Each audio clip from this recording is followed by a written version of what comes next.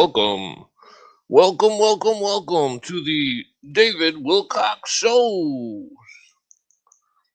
Tonight's special guest, nobody. Motherfucker. Uh, welcome, welcome to the show. Uh, so I just won't quit this whole David Wilcock bullshit. Just won't quit. We don't got nothing else to discuss in the mainstream media. The only thing we should talk about is David Wilcox. Well, not main. Sorry, I mean Twitter. Sorry, excuse me. Uh, old Mister David Wilcox. Let's just keep spreading it all over Twitter. Oh, everybody knows him. Everybody loved him. Oh, blah blah blah. It's like, well, everybody loved this stupid ass so much. Fucking, he'd probably still be alive. Uh, you know, it's just crazy because every day it's like more and more of the people are just believing more and more bullshit, like more and more and more and more, and it just never ends. People, it's crazy. It's derangement. It's fucking insane. These type of people that are fucking living in this fucking deranged world, thinking that fucking, you know, because I'm the biggest conspiracy theorist you've ever met. And I don't believe almost 90% of the shit that anybody's saying. Fucking, I'm not trying to offend anyone or anything, but this is the same type of fucking bullshit that fucking proliferated the fucking Holocaust. That fucking, Germans running around, oh, whoa, everything's, oh, we gotta, fucking, this is why we can't run on rumors. You can't believe fucking anything. You can't just run around repeating shit. Fucking it's like that's how the Holocaust started. Was from fucking a bunch of fucking idiots that were fucking going around inciting all sorts of madness, inciting panic.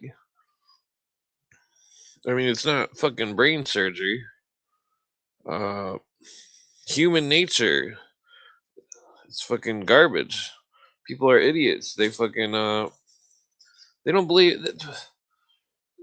Oh, Jesus. It's like they don't think that what they're saying could possibly be what the New World Order wants them to say.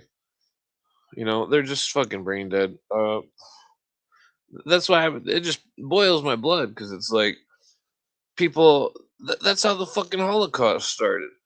People going fucking wacko and just spreading rumors. Next thing you know, there's fucking millions and millions of people that are fucking all fucking corpses and fucking naked corpses. These fucking Holocaust deniers just piss me off because all their shit they're talking, and I gotta fucking watch these documentaries and do this research on the Holocaust, and then I gotta see all this fucking fucked up shit, and these motherfuckers are denying it even happened. Jesus fucking Christ!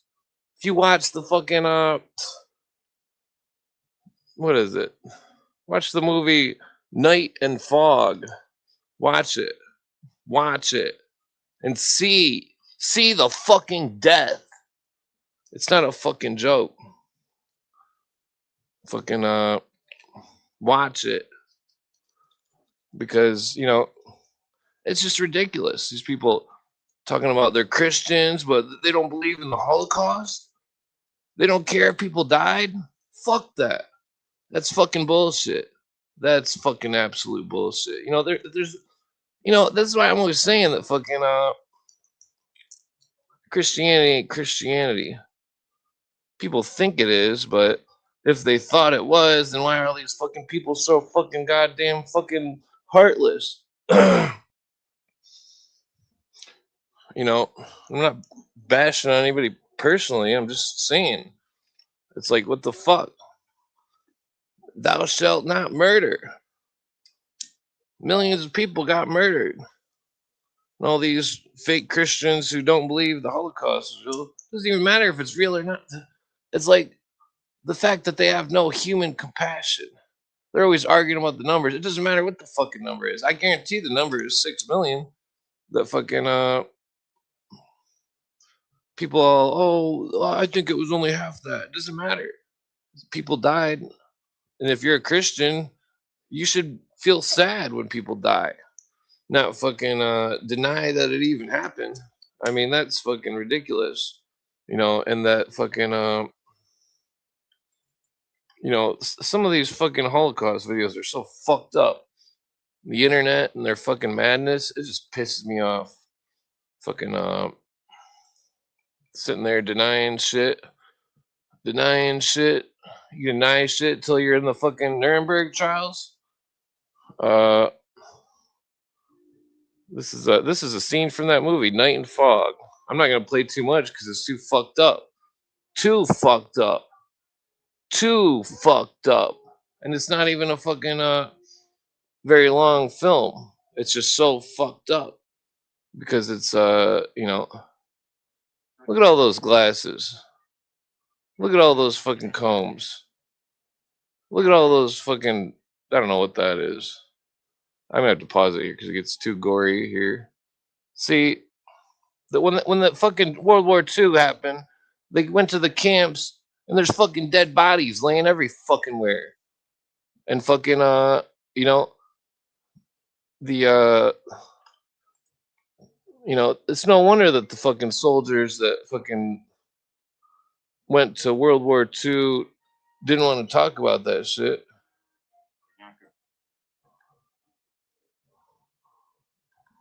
Bunch of people's hair laying all over. Bunch of fucking nasty shit. Fucking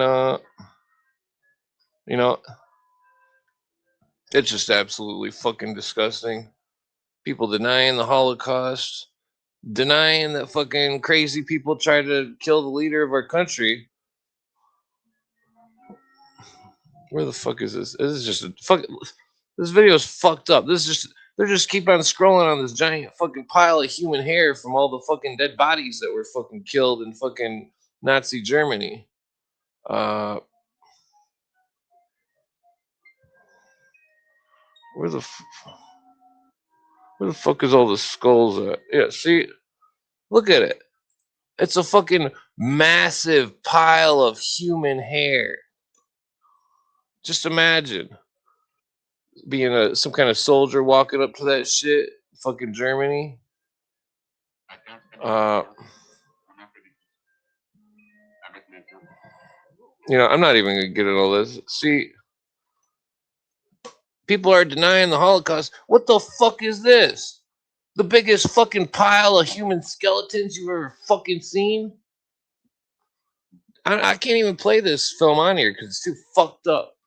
And fucking these Holocaust deniers just piss me off because they're the same type of fucking attitude that's going around fucking saying that fucking crazy fucking Marxists didn't try to fucking take out our fucking leader, the leader of our fucking country. This is fucking ridiculous. It absolutely just fucking boils my blood how stupid people are. You know, it's like it's just so fucked up.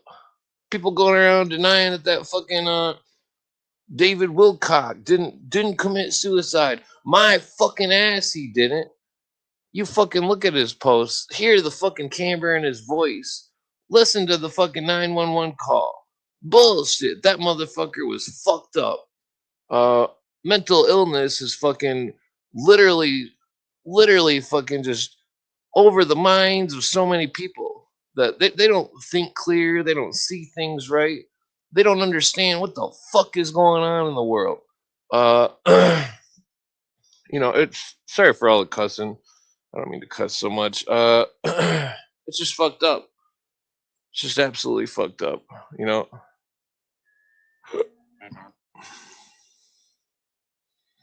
Just fucked up. I mean, they were turning people into fucking soap. Turning people into soap. They were fucking chopping people's fucking heads off and shit in fucking Nazi Germany. Where'd it go? Where's the soap at? Fucking Jesus Christ. fucking you know,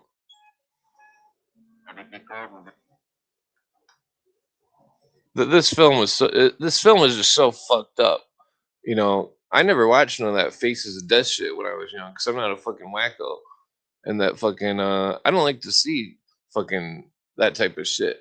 And fucking all these fucking because you see so much bullshit on the fucking internet with these people talking about, oh, blah blah blah, the Holocaust isn't real. Oh, David Wilcock didn't blow his brains out. Oh, there was no attack against our leader. Bullshit. I'm fucking calling bullshit. Occam's razor is a legit thing. You might want to subscribe to it because uh, reality is typically what people say it is, you know, and that fucking once people go outside of reality, that fucking you know, see, these are all fucking tattoos that the fucking Nazis cut off people. See that tattoos? They cut their skin off and put them all on fucking this video is just fucked up. I can't even watch this fucking garbage. It's just fucked up. You know, I'm gonna make a Holocaust documentary, and I'm gonna make it as fucking fucked up as I can possibly make it to prove to all these fucking Holocaust deniers that it was fucking real. I'm gonna fucking go over all the numbers and every fucking possible variable I can find, and I'm gonna fucking document it, and I'm gonna put it on the internet. And fucking YouTube will not stop me because it's the fucking Holocaust. I'll show every fucking Holocaust picture on the internet. I'll fucking make sure it's on that. You know, it's just ridiculous. The just absolutely ridiculous. I mean, I see all the posts. I see y'all motherfuckers talking that shit. You know, and then I mean, there's just so much shit going on. I mean, another total fucking fantasy land is all these fucking idiots who think that all the murderers the last fucking 6 to 10 years weren't Marxists. When all those fucking Marxist piece of shit fucking did all sorts of fucking evil, and these Marxists are still subscribing to Marxism. They're still subscribing to all this fucking bullshit, you know.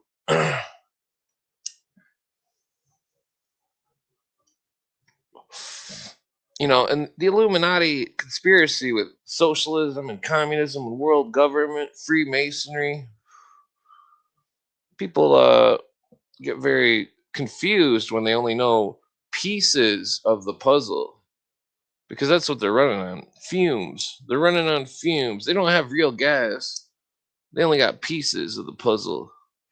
And that they think they can draw a conclusion from pieces, from 10, 15% of the fucking variables, from the 10 or 15% of the information. You can't draw conclusions that are accurate with little information. And so people want to be right, so they make this shit up and then they roll with it, and then fucking before you know it, they're fucking they're creating Nazi death camps and all this shit. You know, how many other times has this happened in history? The Inquisitions, endless Inquisitions. How do we know that Hitler wasn't a fucking Inquisition? How do we know? How do we know that Hitler was not part of a Roman Vatican Inquisition? This is before all the buildings were taken out.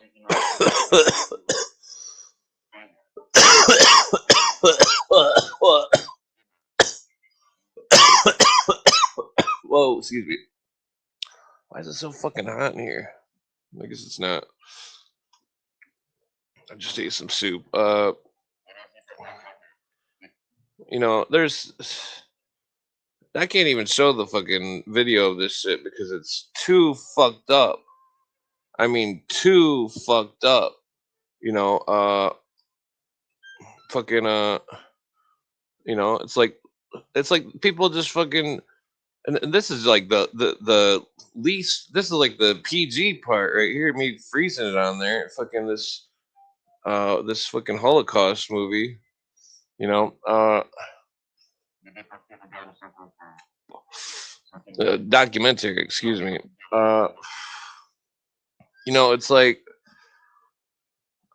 it's just disgusting that here, right here, Mister Nazi at the Nuremberg. I'm not responsible. I'm not responsible. Fucking it's like, motherfucker, you're probably pulling the fucking lever. See these motherfuckers. Uh, you know, everybody's probably really. I can't play this remote because I'm not trying to show a bunch of gruesome shit because I'm just fucking it's just fucked up. You know, death is fucked up. Uh, life is to be cherished, not to be laughed at, not to be in denial of. I mean, like, it's just crazy. Like, people these days, this is why I'm bringing up this Holocaust shit because everybody wants to live in fantasy land. They want to believe in chemtrails. They want to believe that Charlie Kirk was whatever. They want to believe fucking David Wilcox is still alive. They want to fucking believe all this shit. They want to believe that some maniac didn't try to hurt the leader of our country. They want to believe all this shit. It's the same type of fucking Fantasyland bullshit that the fucking Nazis believe. The same fucking type that fucking drove them to make the fucking camps to fucking slaughter millions of people. All based on bullshit. Fucking Baron von Fells or whatever the fuck his name. All these fucking German pieces of shit. All this bullshit.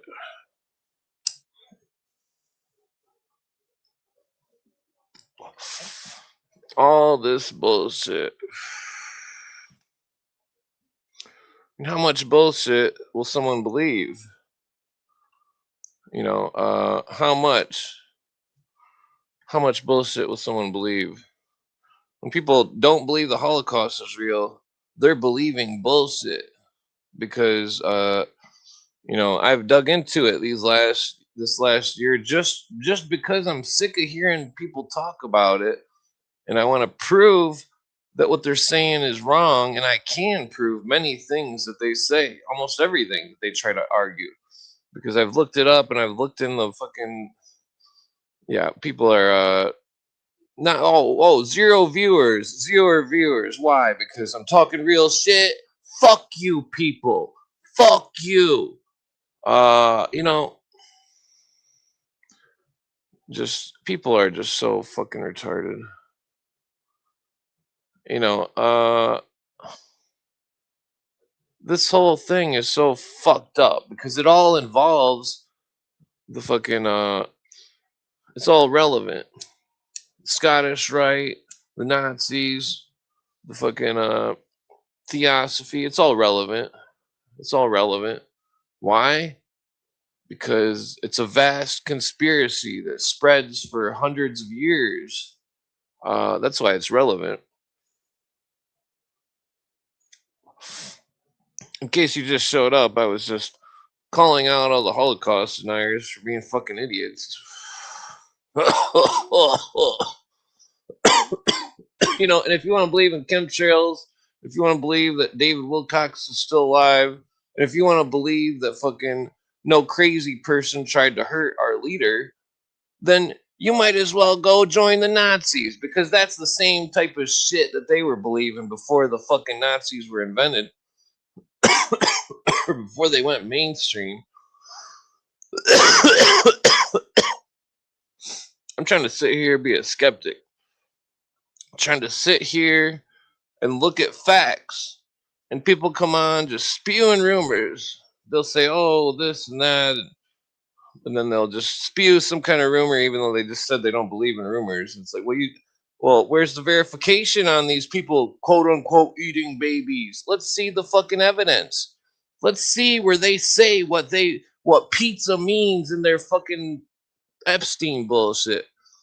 Because they're running on fucking rumors. They don't know what it means. They don't know what the fuck that shit is. They don't even know if it's real. And fucking and they're literally believing that people are eating babies and fucking doing all sorts of fucked up shit. Where's the fucking evidence? All day long, all I do is see these posts. I say, show evidence. Show me the proof. Show me the money. Come on. Where the fuck are your receipts? I've got all my receipts. Fucking on this fucking Illuminati Masonic conspiracy. I talk about it all the time.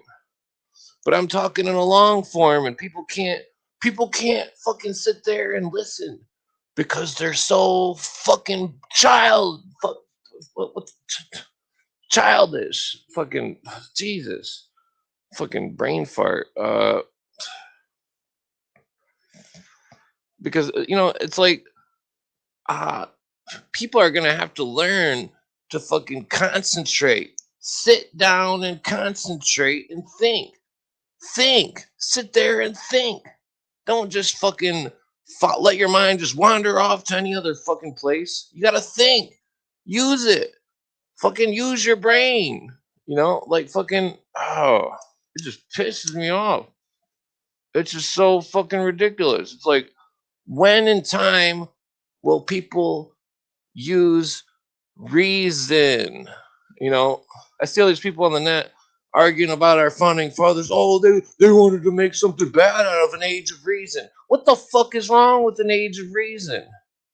You want to be reasonable, or you want to be unreasonable? Because the Nazis were pretty unreasonable. Does that seem reasonable to you? Because you know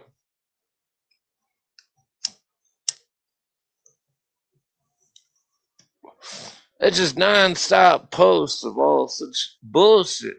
Facebook, Twitter, it's all fucking garbage. Doesn't matter which political side or anything. You can just sit there and look at shit and see a million things that you can't verify. And if you ask for proof over and over and over all day long for years and years, nobody's ever going to give you proof. Nobody's ever going to show you that they can prove what they're saying. Very rarely will anybody, excuse me, actually show you some evidence. Uh,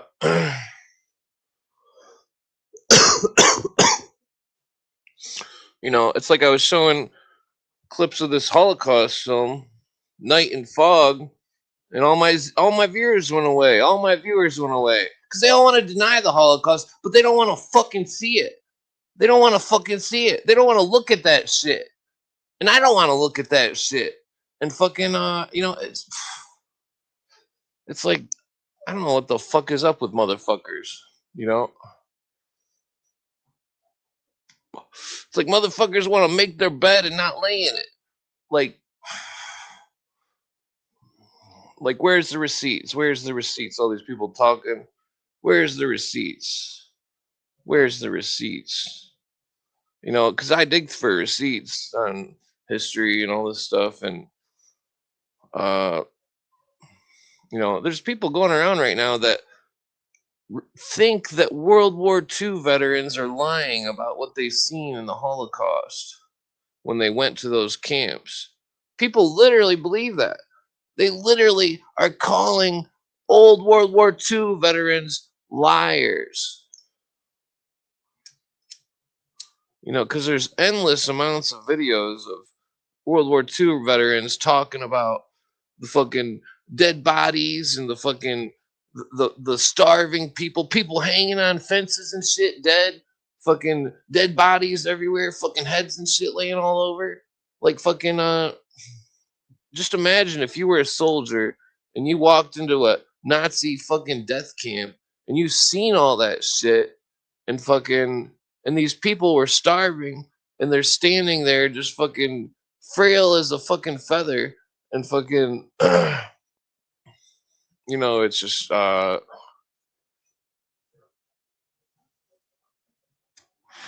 mean, that's why my stepbrother's great uncle, he married a lady from Germany, then took her back during World War II. She was ashamed of her people. Uh, she didn't want to live in that fucking around all that death. Uh, death's fucked up. Death is really fucked up, and that anybody that tries to rationalize uh, the loss of another human life is fucking garbage, and that you know it's fucked up. People are fucked up, and that if people don't start talking more and calling out these people that are fucked up that need fucking help. They need their friends. They need people to tell them, "Hey, you're fucked up. You believe fucked up bullshit lies." Like fucking they all want to sit there and see what they want to see. They all want to sit there and just fucking you know,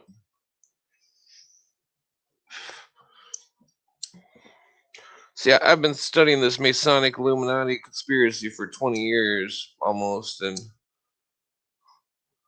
I can prove a lot of things about it. I can prove a hell of a lot of things about it,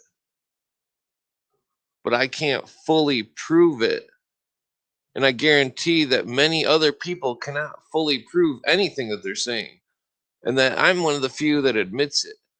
And I'm sitting here trying to analyze things like a fucking you know, like a neutral point of view, and that I've got endless amounts of people who are like, "Oh, the Holocaust isn't real. The Nazis are right." It's like, well, prove it. Show me the fucking evidence. And I've asked them over and over and over again. Nobody wants to talk about what they think. They don't want to talk about it. But why? Because you don't have the fucking receipts. I'll talk about the Mason shit all day long, but I'll admit that I may not know certain things. But I guarantee you that I know more than most about the subject.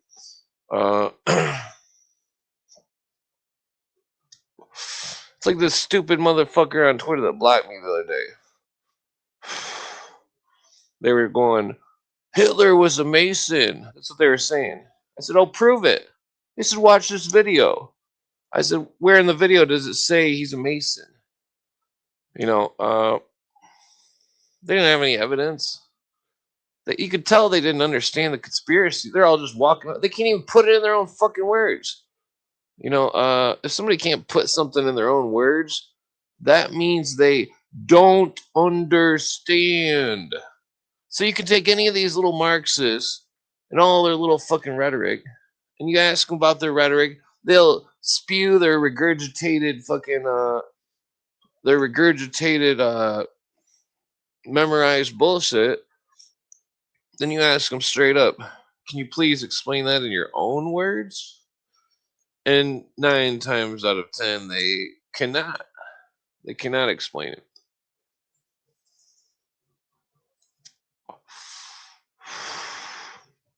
Can't explain shit.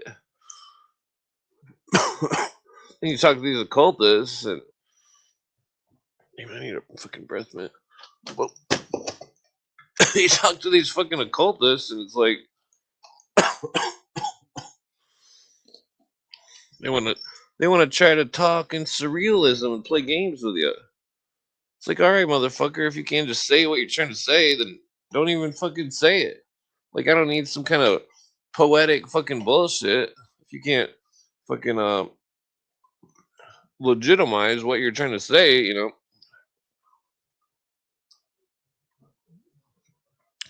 Orangey. uh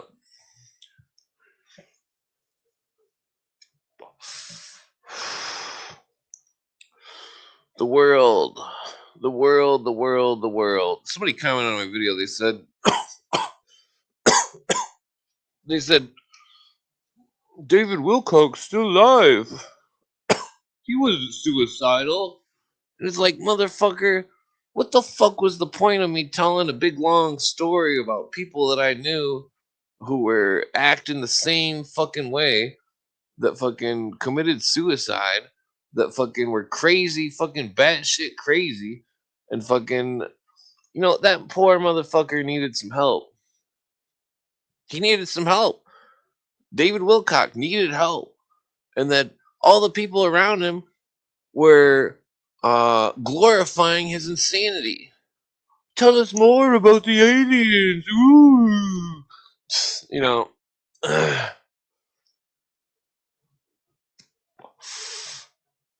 and I already discussed last night that story about how one of the people that had committed suicide, that uh that one of my friends knew those people. I met the person before, only like twice or something, like smoked a joint with him or something, but like the third person I know that committed suicide, who was a Christ conscious fucking believer fanatic, and that the dude fucking that my friend had witnessed people that was around that dude who had the dude that committed suicide. He witnessed them glorifying the dude's insanity, and egging him on, uh you know and it's like, after that dude committed suicide, my one friend was no longer friends with those other people anymore, because they didn't see that they were egging on a crazy person who eventually hurt themselves. They didn't see that. They still don't see it to this day, because they're that fucking stupid. No offense to those people, but you know, but they themselves are suffering from fucking. There's fucking mental illness in Foley Adu running amok right now as we speak. People are just spewing rumors, spewing fucking rumors, and fucking and those rumors create a model of reality built not on facts but on bullshit. When somebody builds a model of reality on bullshit, they become fucking whacked out of their fucking mind. That's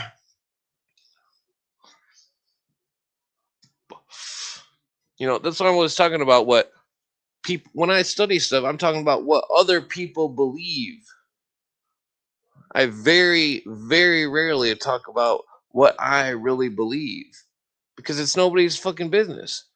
And fucking, but these people, uh, who believe all these wacko things, they are, how do I even put it? It's like, imagine a group of people who all of a sudden just start saying, "Oh, the sky isn't blue, it's orange or yellow. The sky is yellow," and they all start changing the language. And then it's like this one Twilight Zone episode, where it's like, the guy goes to a different universe and the words are all switched up. He doesn't know what the fuck anybody's saying. And that's how I feel in modern times with all this fucking bullshit. It's like, I don't know what the fuck anybody's saying, because they're saying all this fucking modern bullshit that fucking, it doesn't even compute. That's why I refuse to use the left right fucking dialect, because it only pertains to France. Anything after that, the fucking definition was altered.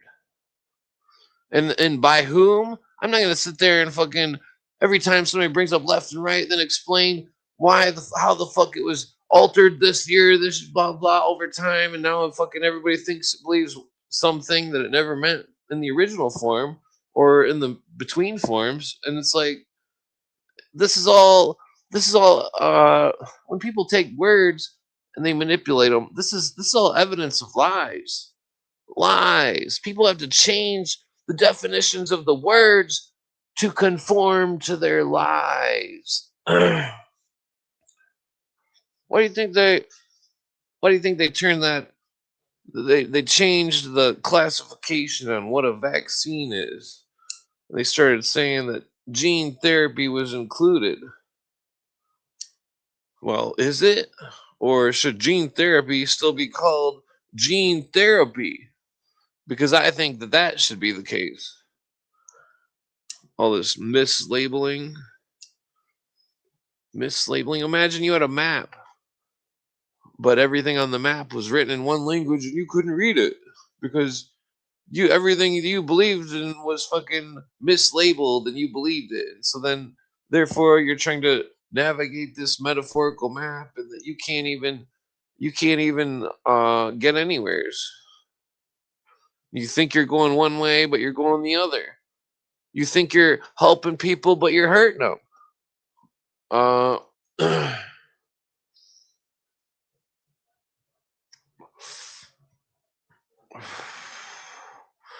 it's like when I was younger, I don't remember a whole lot of people being as believing in so many rumors as they do today. Just nonstop believing in rumors.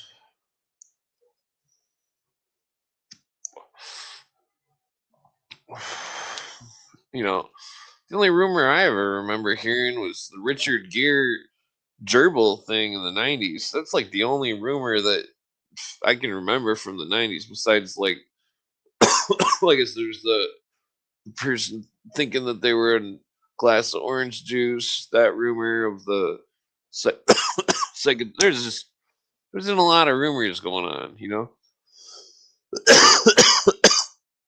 These days they're creating new rumors every day.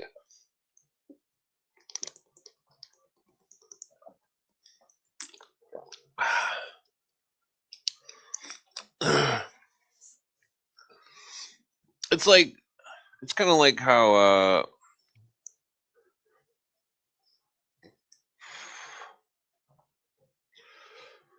well it's I mean we've got so much stuff going on, but it's like people lack efficiency. Efficiency is necessary because uh if you don't got efficiency then nothing's gonna get done. And the I'm talking about metaphorically of thinking, or even how computers work. Computers are not efficient. These Windows are the most fucking garbage program on the planet. The only good reason to have it is just to play video games. Uh, the Windows operating system, most efficient thing I've ever seen. Then sometimes you see stuff like Facebook. You take a look at Facebook. You open up the diagnostics on how much how much memory and stuff it's using and all this, how much processing power, and you can see that. See, I already know that Facebook is definitely built inefficient, but only in some kind of craziest. The amount of inefficiency in that fucking website. Uh, that half of it I do believe is inefficiency, but the other half is fucking absolute uh processing that they're using people's computers to process. See, I don't know who's doing it, but I guarantee it's Facebook. Because when you open up a Facebook website, you look at the numbers on the data, how much it's using. You compare that to any other website, anything, and fucking no matter what it is, it's gonna be using less fucking shit. And that even similar websites such as X or Twitter or I don't like to call it Twitter X. It sounds kind of stupid. Uh, he couldn't have thought of a better name. Uh, his Tesla company, he's just got a big T. T X. Like what the fuck? What is his next one gonna be like? V or something? Uh, H. Who knows? I'm trying to think of a letter that would I don't know. X O. No, it's gonna be O or a triangle. I don't know. I'm just joking. What's up, Anita Caroline Davis, aka Pi 51? Greetings, greetings, greetings, and salutations.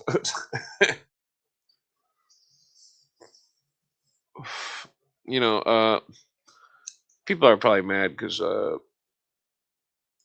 well, I'm not gonna get into that. Oh, people. Oh, that's good. Glad you're doing good. Hell yeah. Hell yeah. uh, yeah. Enjoying the rumor mill of the New World Order and the internet. The absolute atrocious amount of lies and um, fiction that can just, there's so many articles. It's like, I'm trying to like figure out the news articles because I'm not going to say something that I can't prove. you know, or if I do, I'll say I'm speculating. I always say I'm speculating because I'm not trying to get sued. Fucking, you know, but like, and then I find an article and then I can't fully verify it. So am I supposed to discuss the article or should I discuss how I cannot verify the article?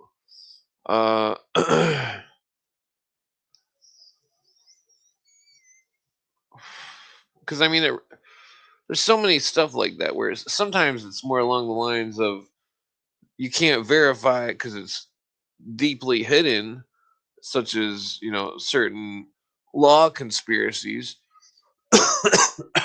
about admiralty law, which I have verified, but I gotta sort my thousands of notes and get them all together. Whoa, hospital. Whoa, nervous. What are you nervous about? What are you going to the hospital for? If you don't mind me asking. You doing okay? I don't know who you are, but definitely. Well, even people that hate me, I would still wish them good luck and health. I'm not saying you hate me. Nah, damn it, cherry just fell out of my joint. Ah, motherfucker. Sig, sig, sigmoid scopy. I'm not sure what that is. Damn it, how the fuck did that whole fucking like my roach just totally fell apart. God damn it.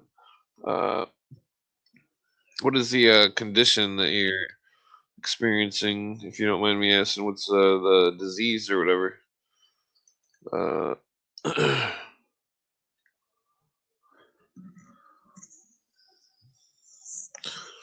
uh, well, I guess you don't have to really discuss that. I don't mean to pry. Yeah. So, well, what was I going to discuss? Oh, Jesus, that's scary. Yeah, I took cat's claw for years. It's a plant. Cat's claw. I used to take the dragon's blood pills every day for years. S- Same with the anamu and fucking which is guinea hen, and same with the all sorts of different plants. I've taken so many plants the last 20 years. Just like, and I'm not talking about psychedelic plants or anything. I'm talking about medicine plants. I mean, like, here's one nettle. Here's a singer Legato. The Graviola. I should probably take some of these. There's also more, but you can't take them all the time, though. I know it's hard on the kidneys. Uh, I wouldn't do no apricot seeds. That's you want Graviola. Graviola is here, I'll hold it up again.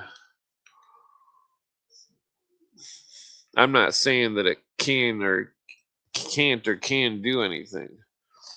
Same with the cat's claw and the dragon's blood.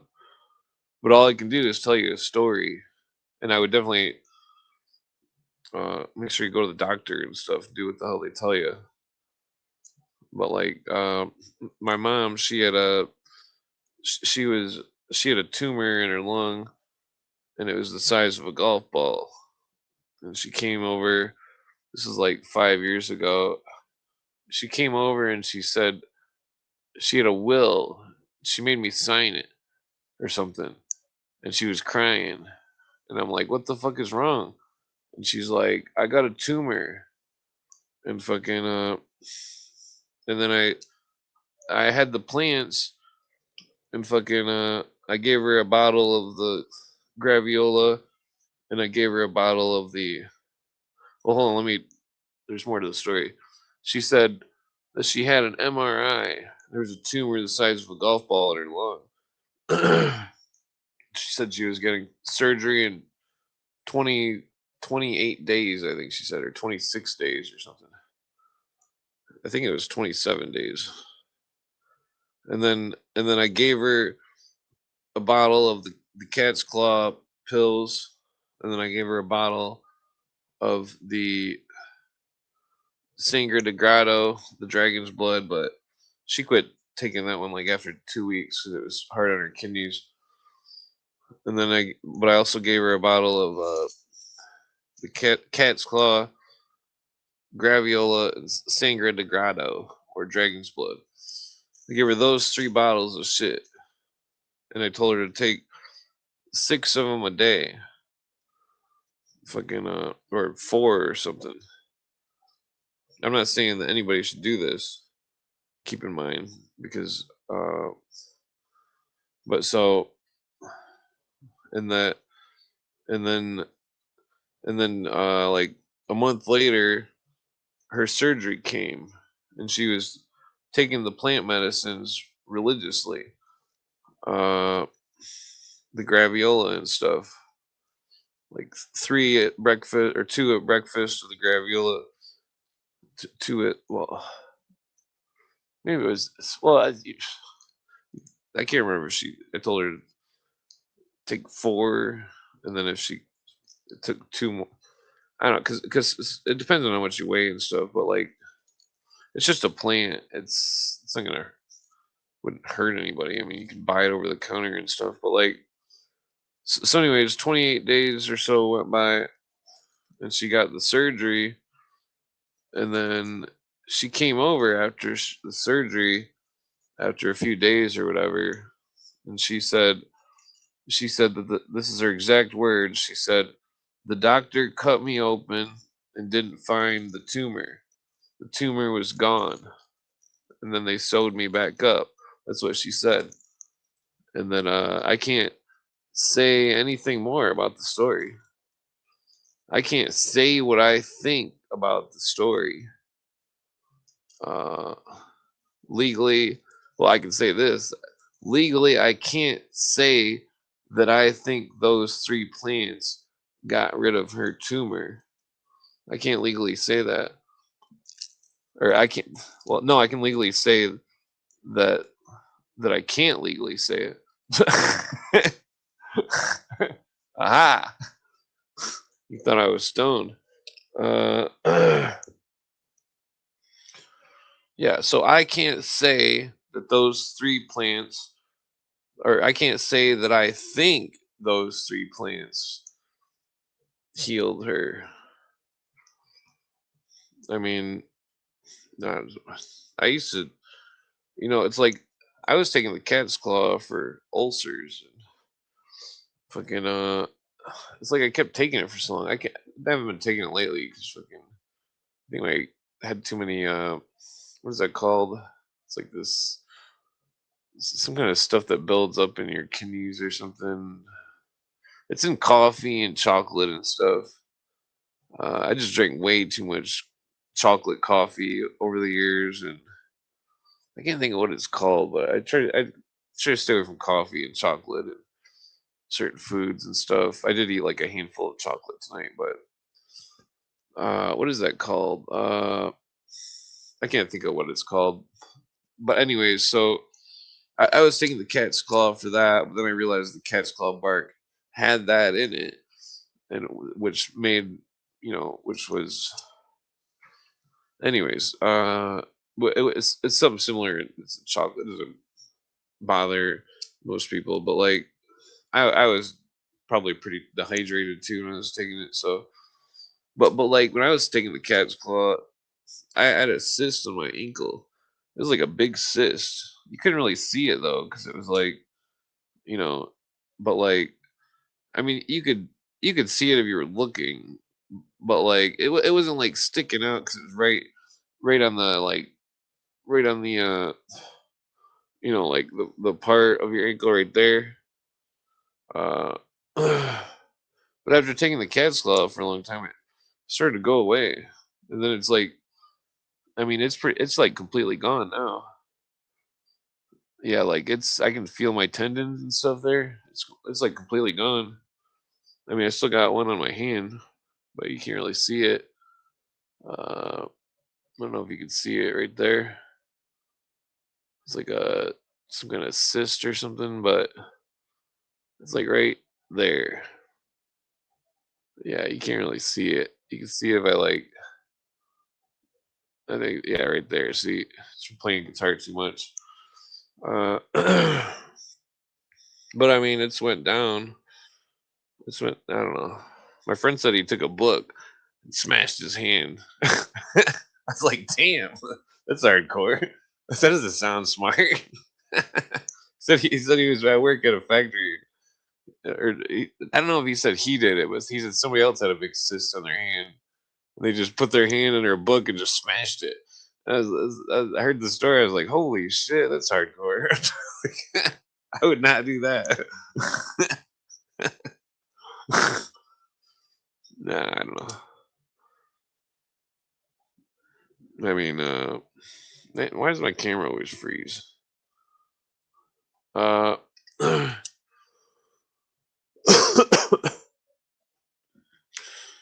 you know, well, when I was a kid, I had some kind of tumor or something on my chest, and fucking like somebody that one of the bullies punched me in the chest in like fifth grade, and it fucking smashed it. And like, I don't know what it was, but I never went to the doctor. Uh, I mean, and that was fifth grade. I mean, hopefully, I'm not like a walking cancer like that X Files, growing another head and shit. No, uh, I'm just joking. Yeah, well, I think it's fucked up. In the old days, they called cancer. What do they call that? Like the eating disease or something.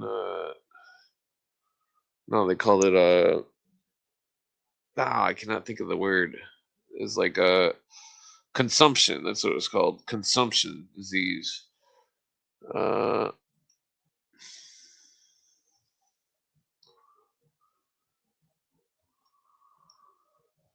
oh, the other one, graviola cat's claw and sangre de grado or yeah, grado. Sangre de grado. Uh, cures ulcers.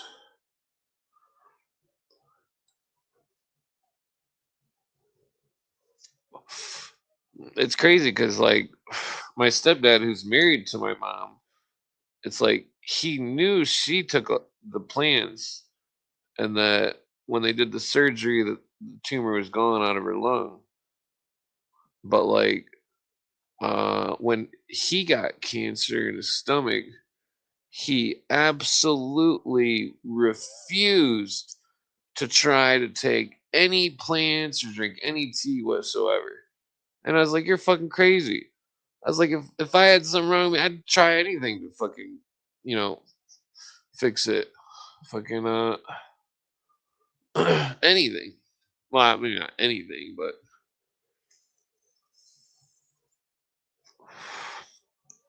I forgot to send a link out in case anybody wants to come on.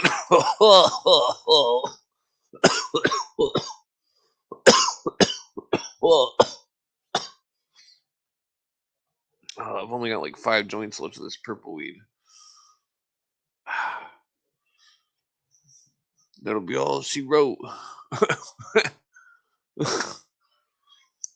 I got some kind of lemon weed though. That's pretty good. Got like an ounce of it at the store. Fucking stupid stores.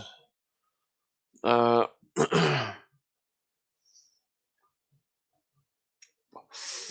But yeah, so let's talk about the rumor mill that's going on and everything. You see it everywhere online. I mean, Alex Jones makes a living off it. I forgot to put his name in the title. This is the David Wilcock show. I'm just joking. And it's not clickbait. Early in their episode, I discussed it quite a bit.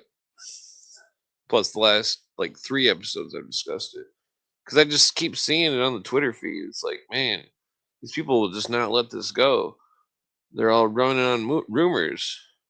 Same type of rumors that started fucking Holocaust. The collectivist rumors. Collectivism. Uh, you know, people believing in things that are not real, like such as uh, the denying of David Wilcock's death. You know, it's like it's like the policeman seen him do it. There's 911 call where he refuses to answer certain questions, which is obvious why. Uh, it's and then we got the Alex Joneses of the world who flippy flops. I mean, it's him flippy floppy going all the time. That's evidence that he's he's not completely. I don't like to think that he's an agent or something. I don't think Alex Jones is an agent, but I do think he's an asshole. But he is very entertaining, and I don't really listen to him anymore. I haven't listened to him for like 20 years. It's crazy that it's been that long. I mean, I've caught a few episodes here and there, maybe like once every 5 years, but uh, yeah, it's like all this believing everything is the same thing that led the Nazis to the Holocaust. It's like people can't just believe all this fanaticism. They can't believe anything, uh, especially when the majority of the people are saying it. It's like if the majority of people are saying certain stuff, it's like and a majority of people right now are saying that David Wilcox didn't commit suicide, and so that's why I don't follow because I know that they're playing. They want people to think that. They want people to think that. They want them to think that some kind of crazy Marxist didn't try to attack the leader of America. Fucking Marxists are insane. They're willing to throw their lives away for fucking their Marxism. It's insane. Uh, it's a mental illness. It's fucked up. There's a lot of people with mental illnesses running around. I mean, look at David Icke. I mean, Jesus Christ, David Icke's a fucking walking mental illness, and then he tries to get everybody to believe in it too. You see these stupid Twitters, collective consciousness, and all this other bullshit. Manifest your blah blah blah 1111. This type of shit's been going on since 2000 fucking 5 or so. Probably even in the 90s. Uh,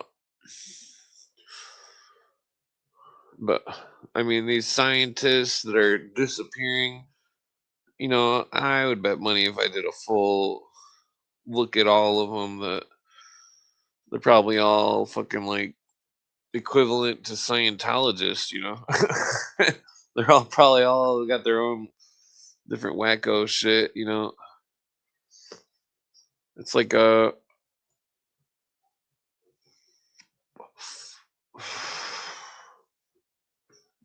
I could go for a cigarette. Yeah, Oprah. Yeah, I remember. I swear I heard it in the '90s from her on that TV show. It's just fucked up. It's like people are like Oh, it's just that the one guy from Chile, he came on last night, and he brought up this Japanese dude that was kind of saying something relative in this 9-minute video that I posted in the chat yesterday, where basically the Japanese dude was like, as notable as radio. That's who came on. But the Japanese dude was just like talking about conceptualized models of reality and how people just believe them, and like they don't actually exist, certain things, and it's like, it's just fucked up.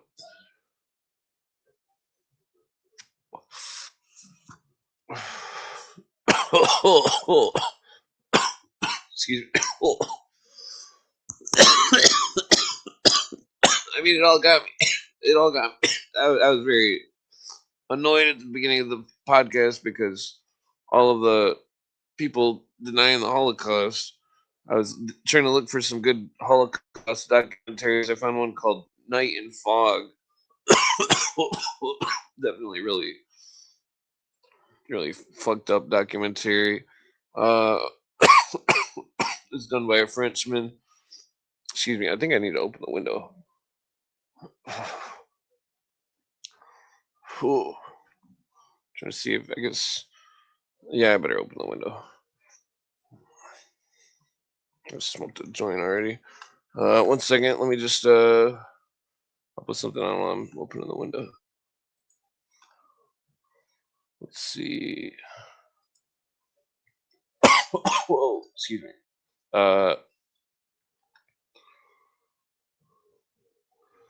Let's see. Where is it?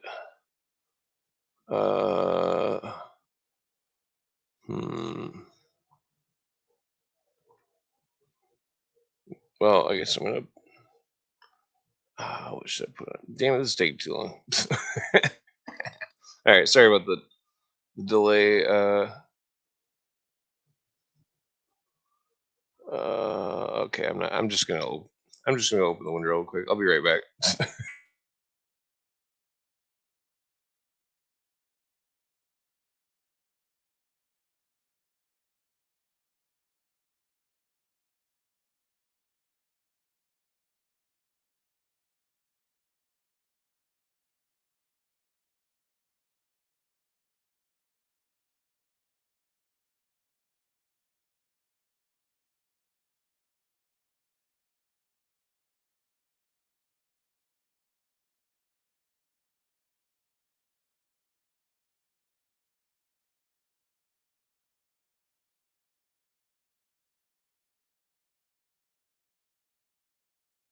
Okay, sorry about the delay.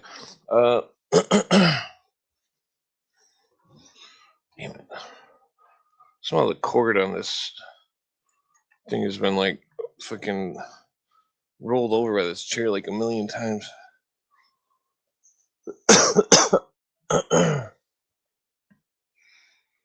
Okay, I think I'm gonna smoke a cigarette here to clear my brain. Let's see.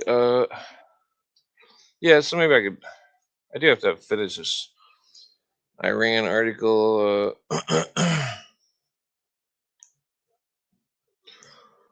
Let's see. Well, so how's everybody doing this evening? Yeah, sorry, I'm doing my podcast in like slow motion. Hello. uh, okay. What was I gonna discuss? The news. There wasn't a lot of news lately. I've already discussed all the news. Uh, maybe we could discuss movies. There was a movie called Protector that came out recently. It was a really bad movie, but it did seem like the plot could have been really good. It could have been a really good movie if the lady didn't have horrible veneers. If the I not to dog on that lady's veneers, but they look pretty bad. But like the The plot was about some military. Damn, why does my camera always freeze? It always freezes and it makes you look like a fucking dummy. The plot was about the Resident Evil lady. I'm just re-rolling my cigarette in a different paper because I don't smoke the fireproof papers. Uh, damn it, it's taking forever. Yeah, it was the Resident Evil lady, and she was like, she was like in the army or something. She's some kind of super badass, and then some some she was in like New Mexico or something, and somebody abducted her kid, and that she like was beat him up and hunted him down or some shit, and like the premise of the movie was decent, but the movie itself, the special effects, they were all really bad. The special effects were just really bad. What does that say? Oh, Animal Farm anime. Whoa. Well, that's weird. That's definitely weird. God damn it. Fucking joint. Yeah, I'm not really an anime person. Let's see here. Oh, god damn it. I mean, there's probably like 5 decent animes. But it's funny because they're all done by the same dude. The, what is that dude? He does the, Samurai Champloo or whatever. It's kind of a, not, I didn't really like the anime at first, but it was kind of grew on me from hanging out at friends and watching it. Uh,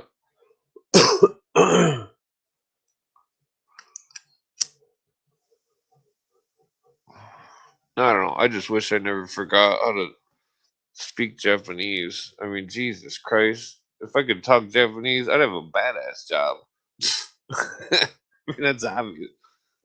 Konnichiwa. I can't even remember like cursory words. Uh,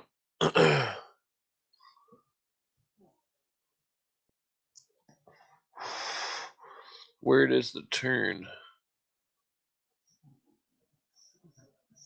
Uh, okay, so well, so maybe I could. I did want to watch that Devil Rides Out movie from 1968. Uh, they've got a lot of weird TV shows on. Look at this. The 4th season of this From show is out. It's like a show about some kind of weird vampire realm or some shit. Still haven't watched that Parallax View movie. I was trying to watch The Great Escape. That one's interesting. I think who was that recommended that?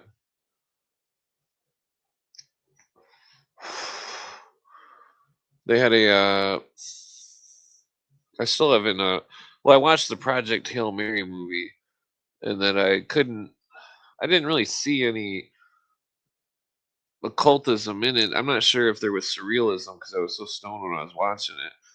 The movie was decent, but it was like uh maybe just about movie reviews. The movie was decent. It was definitely a good movie, but it seemed like it was I don't know. It was I'm wondering what the surrealism was. I mean, I think I talked about it the night I first watched it, but the I can't remember what it was. There's another movie called Good Luck, Have Fun, Don't Die.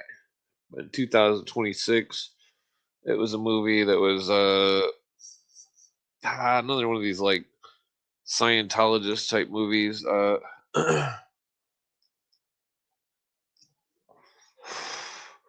Yeah, I've seen a bunch of these newer movies. They're all garbage. Uh, Cold Storage. I can't remember any of them.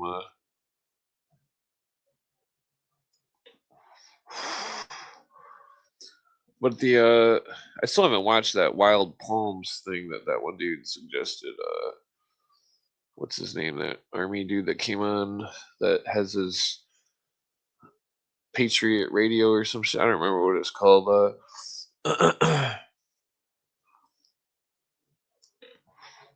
But so I guess let's get to these Dennis Cuddy articles. Maybe I should just. I know what I should do. I should just start off right on the Illuminati articles. I've already read them countless times, but there's stuff that you don't always catch the first time. Even I want this go to. Okay. Okay.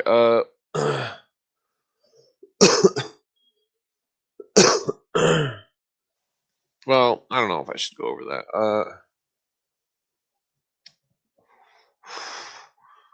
Yeah, I don't know if I should. I really want to read. I don't think I'm going to do a very long podcast tonight. I just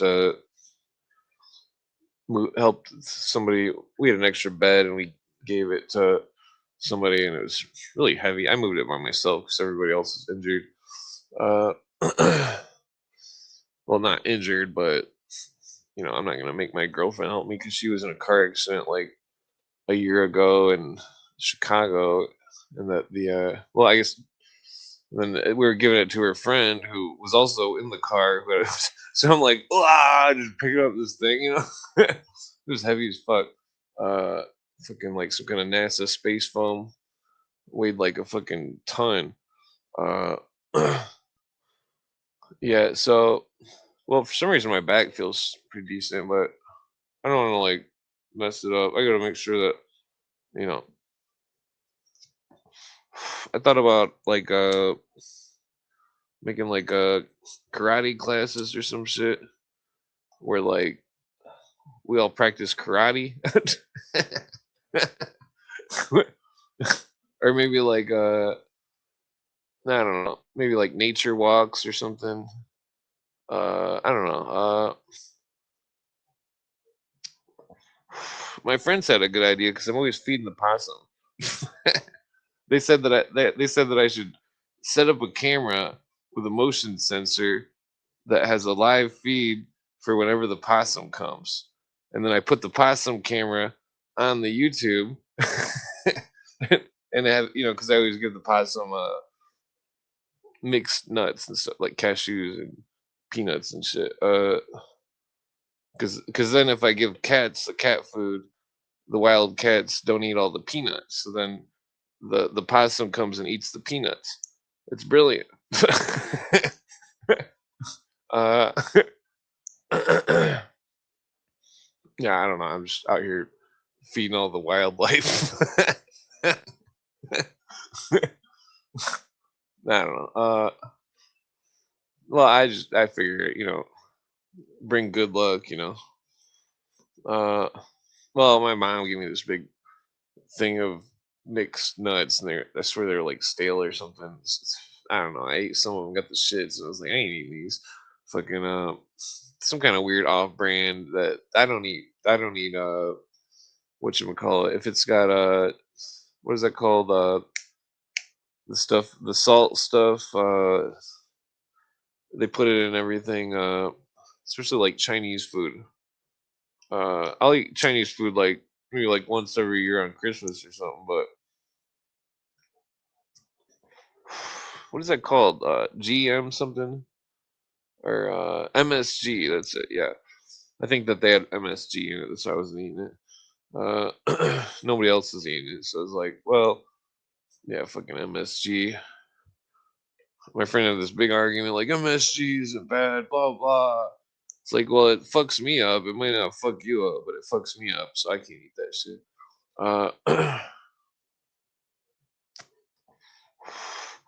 I swear there's fucking smoke, fireproof shit in this tobacco.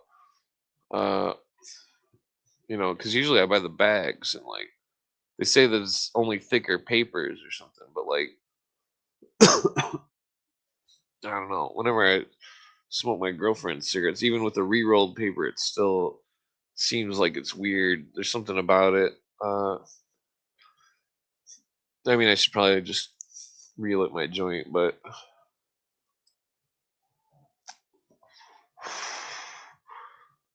I mean, it's a cigarette's nice because it's like, I mean, I don't like.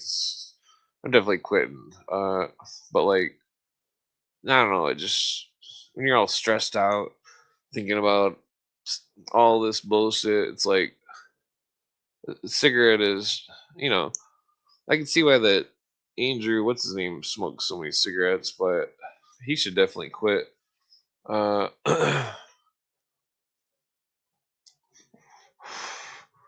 he seems pretty reasonable. I was trying to get him on the podcast, but I don't think he would come on the podcast 'cause my podcast sucks.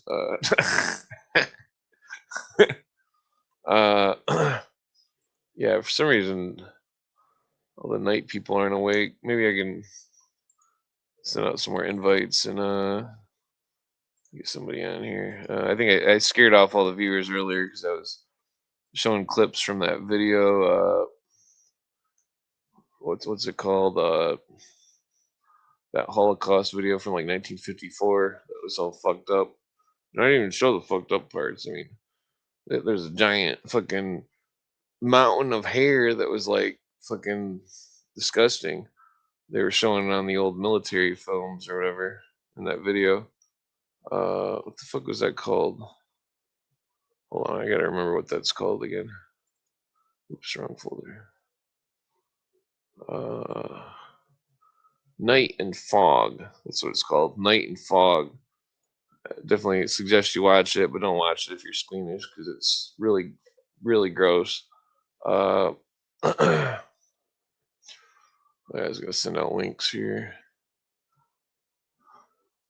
See if Doctor Inferno is awake. Maybe he's awake. Who else?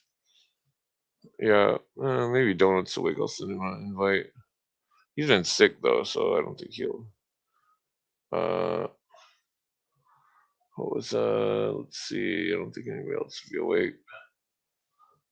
Uh, yeah. So,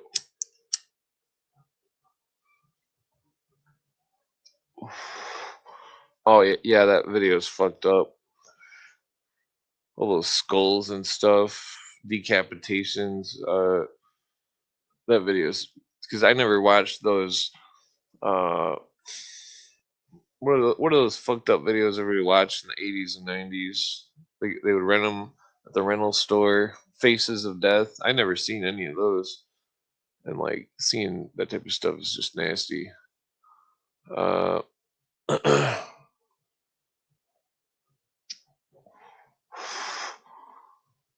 yeah, I don't think anybody's awake.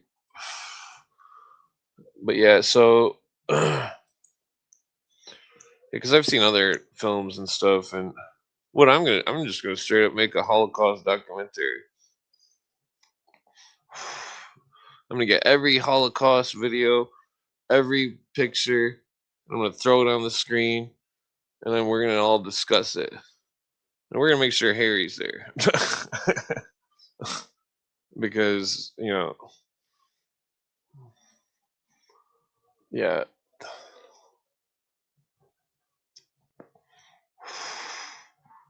Hmm. Yeah, the cigarette tastes like shit. Uh.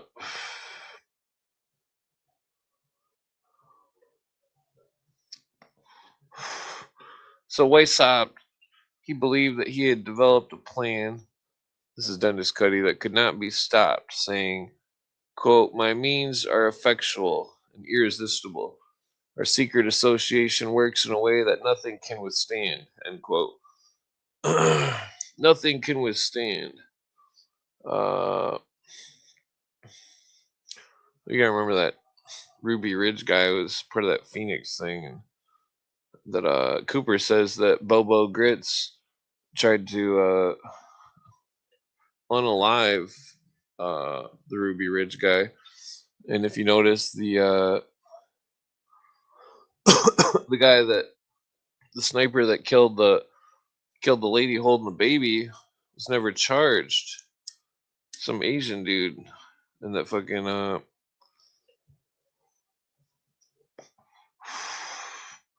that's because they had diplomatic immunity. Diplomatic immunity. So there's stuff going on that nobody even knows what the fuck is going on because we don't get the full picture. I got this joint.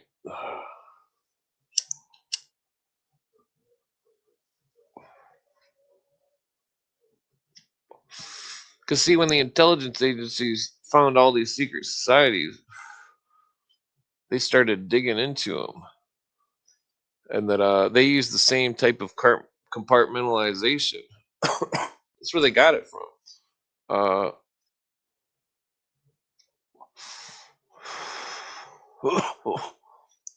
a key component of Weishaupt's plan included directing academic and religious education. If the Illuminati was to govern the world, as they believed, they had to acquire the direction of education, the church management of the professorial chair, and the pulpit. It's from Proofs of Conspiracy, page 109.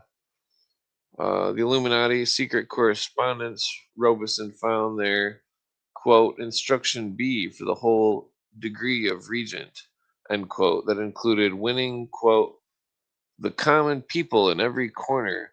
This will be done by chiefly by the means of schools and by open, hearty behavior, show show condens, conden, condescension, popularity, and toleration of their prejudices, we shall at leisure root out and dispel. So that's what they're end quote. No, I just fucking shouted you out, don't I? A second ago. Hopefully you're healed up.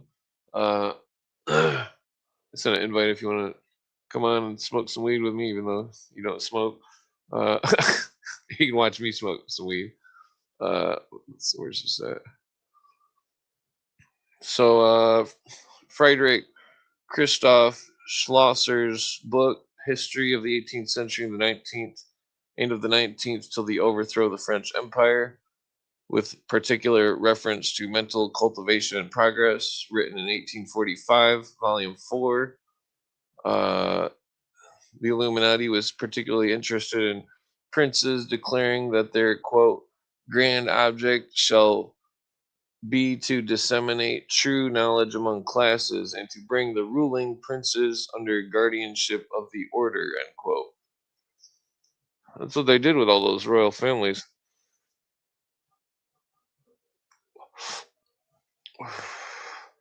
One way the Illuminati did this was to place their members as tutors of the nobility, especially princes who would later become rulers of countries, such as the case of Alexander the First of Russia, who became under the influence of the Illuminati at a young age. Let's see, warmer hair. Not familiar with that. Let's see here.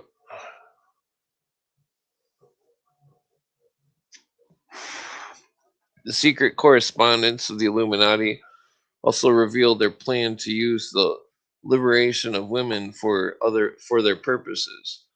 As is stated, quote, there is no way to influence there is no way of influencing men so powerfully as by means of the women.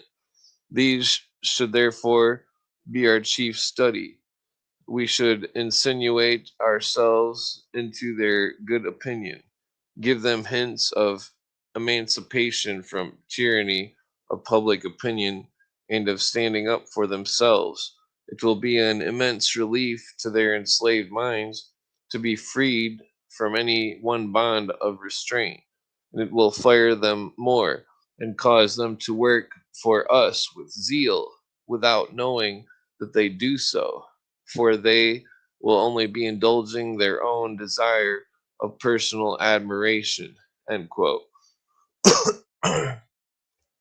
Using human nature to tell women that they should do these things and it's of their own personal admiration and all this stuff. And they think that they're helping, but they're really promoting what the Illuminati want. And they've done that for centuries.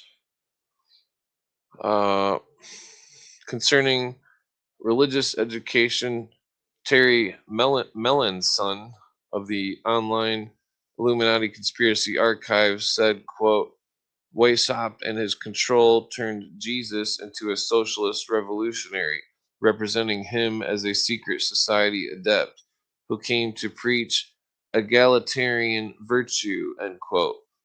In a letter dated September 19th, 1776, Weishaupt refers to, quote, our Grand Master, Jesus of Nazareth, end quote. In terms of morality, Robeson indicated the Illuminati's plan included, quote, destroying the veneration of marriage vows, end quote. He includes a letter from the Illuminist Count Ludwig Savioli, codenamed Brutus, stating, quote, the order must possess the power of life and death in consequence of our order, by the same right that any government in the world possesses it. For the order comes in their place, making them unnecessary, end quote. The power of life and death included abortion, as Robinson wrote that in the handwriting of Franz Zwack, Weishaupt's closest confidant, codenamed Cato, was, quote, description of a strong box, which, if forced open, shall had a booby trap, several receipts for procuring abortion, a composition which blinds or kills when spurted in the face, a method for filling bedchamber with pestilential vapors, end quote. So you see that the Illuminati were despicable. Uh, regarding abortion, Weishaupt wrote to confidant Jacob Herschel, Hertel, codename Marius, September 1783, that Weishaupt and his sister-in-law, quote, have tried every method of our power to destroy the child, end quote, in her womb. Not only did the members of the so what does this remind you of? Modern times, uh, women claiming that everybody's some kind of sexual predator, because that's what we're seeing in the mainstream. We see it with this 60 Minutes oath that fucking that the allegations that were made against our leader of this country are not real. That someone filed them under a fake name. That the allegations were thrown out of court. It never even went to trial. It never even seen trial. And that the leftists are using it, trying to think that it's real, but they can't verify it. This type of following rumors and shit, the same bullshit that started the fucking Holocaust. Same bullshit. People just running around believing rumors. That's dangerous. That's incredibly dangerous. Believe nothing.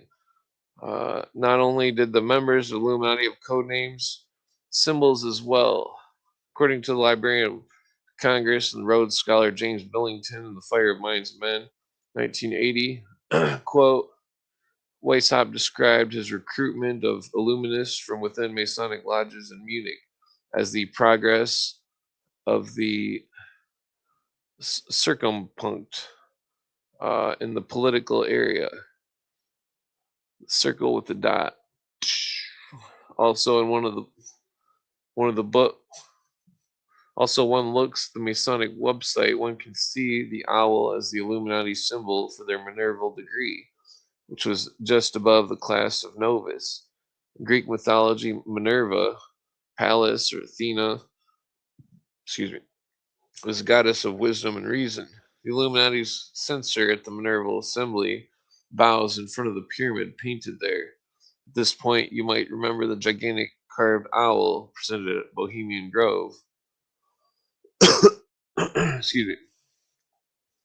Robeson related that once one of the became an Illuminatus minor, quote, the pupil is warmed by the pictures of universal happiness convinced that it is a possible thing to unite all the inhabitants of earth in one great society.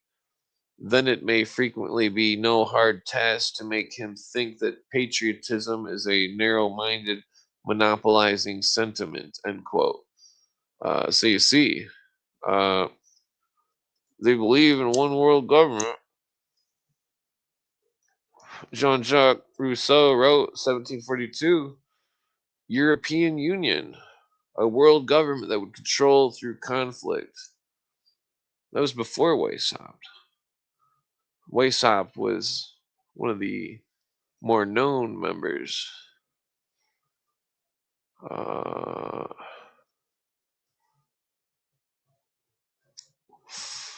in this strategy, Fabian socialists later would adopt the Illuminatus minor as is told. Also is told, quote, we must do our utmost to procure our advancement of Illuminati to all civil offices, end quote. Uh,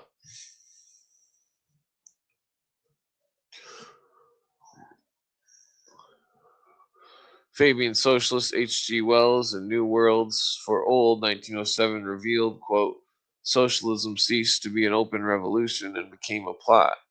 Functions were to be shifted quietly, unostentat- unostentatiously from the representative to the power he appointed. The bureaucracy was to slip into power, end quote. Because you got to remember when they're exercising human natures, such as liberating the minds of women, all this stuff, it's no different than them exercising the nature of superstition in the belief in man, where mankind becomes adherent to superstition and lets superstition guide his emotions. Baron Adolf von Koenige, back to the article, codename Philo, was Weishaupt's second command from 1780 to 1784. According to Robeson, his favorite scheme was to create, quote, citizens of the world.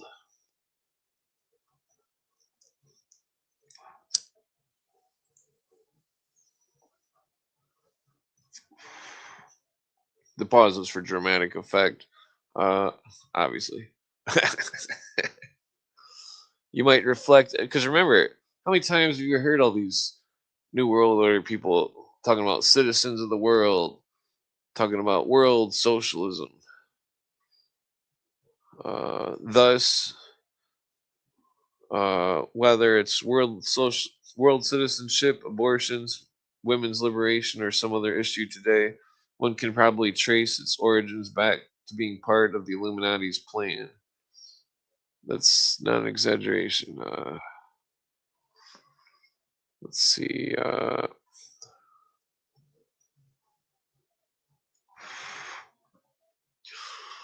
You know, I mean, that's why I was digging into this stuff that he was writing about Iran. Uh, I mean, it really, I'm pretty sure it was the Muslim articles, the Muslim articles where they're talking about Iran and the Nazis and talking about this Dennis Cuddy News with Views archive. Everybody needs to read the whole archive. I've read it probably at least 4 times, uh, at least twice on the air, at least once on the air. I mean, there's more, but that's a good start for some of the really complex shit that's definitely relevant to today. Uh, let's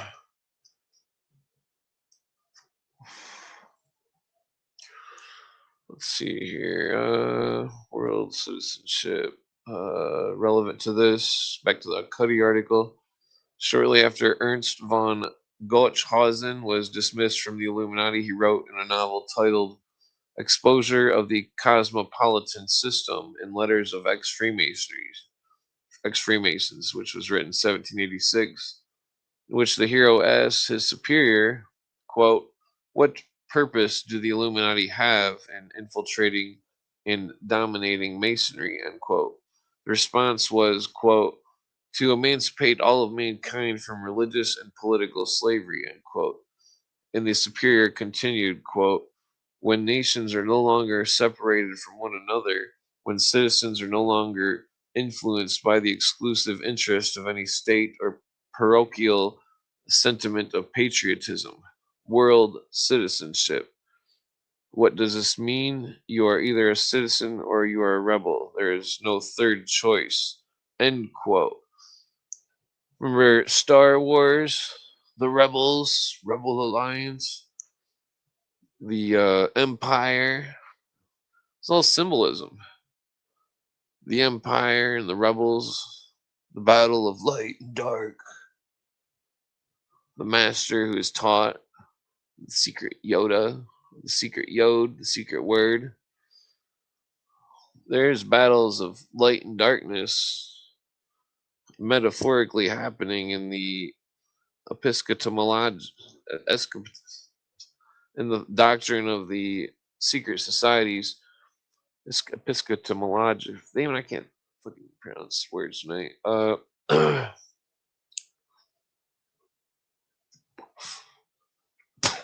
I shouldn't have ate that handful of chocolate. That was retarded. Plus I had like a milkshake with like fucking malt mix in it and cotton candy. It's pretty good. I should have just put malt mix in it. I try to not drink milk or sugar and all that. Anyways, back to this.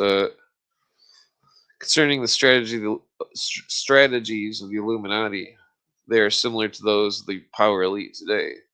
For example, the Illuminati adopted the Machiavellian concept that the end justifies the means, contrary to biblical admonition that one should not do evil that good may come of it. Today, one can see some of the power elite's activities regarding the population control as exhibiting the same perspective of, quote, the end justifies the means.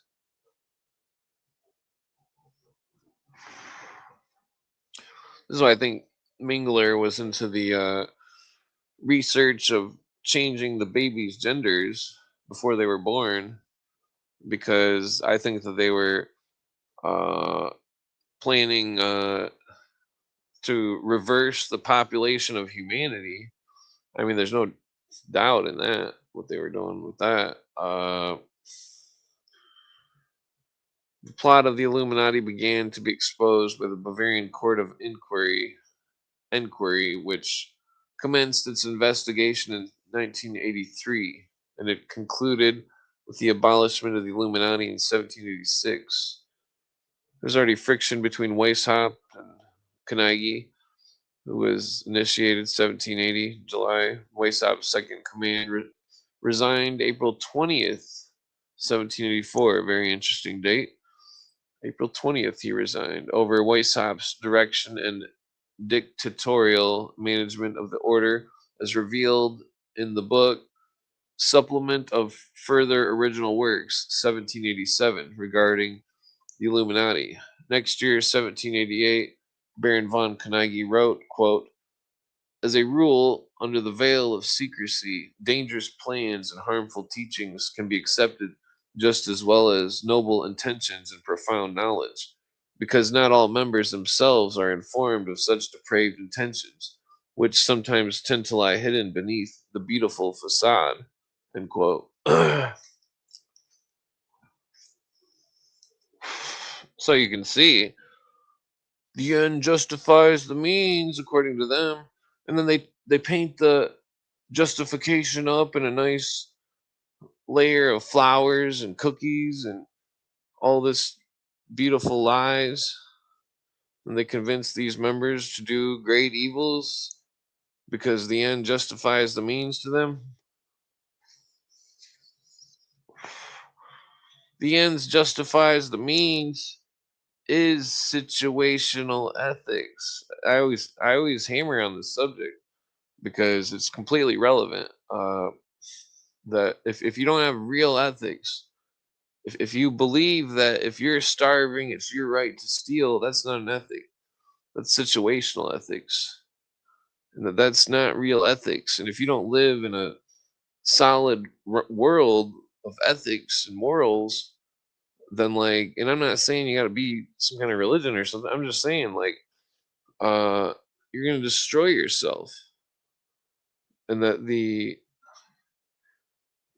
that there was always when I used to live in the hood, everybody always used to have mad respect for me because I always keep it real and that I was always God honest with everybody. And fucking like, they knew I was always real. Uh it's like fucking and that being real and trying to keep your word and stuff, even if you fail at keeping your word, it's still fucking because not everybody's perfect, but like uh it's like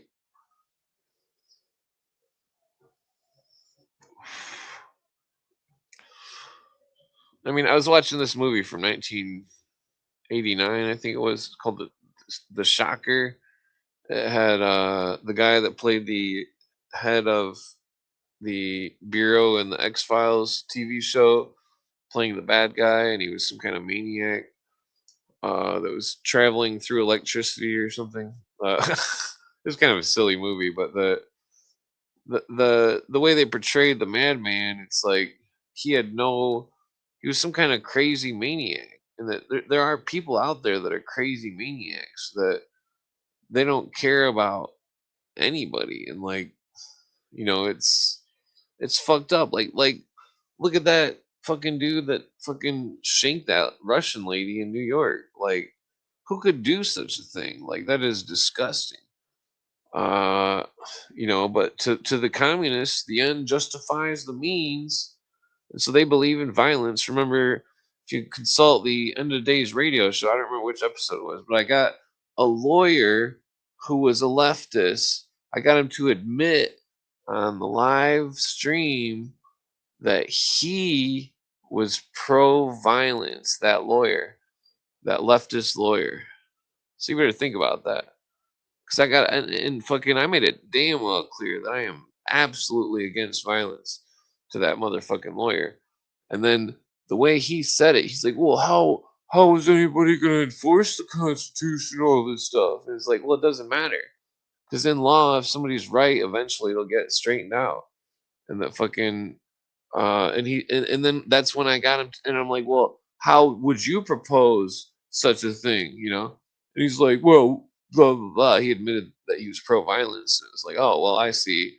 So I'm just sitting here in a podcast with a bunch of leftists that think they're pro-humanity. They got all this greater good bullshit fucking washed into their mind, and that fucking that they are part of evil. Uh,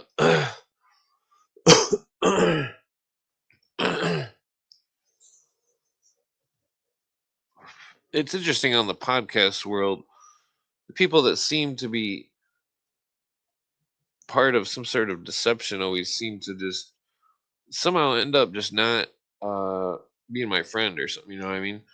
It's like fucking like that lawyer, like Dan from End of Days radio. It's like he didn't want to be friends because I spoke out against Christ consciousness lady. You guys all heard the story a million times.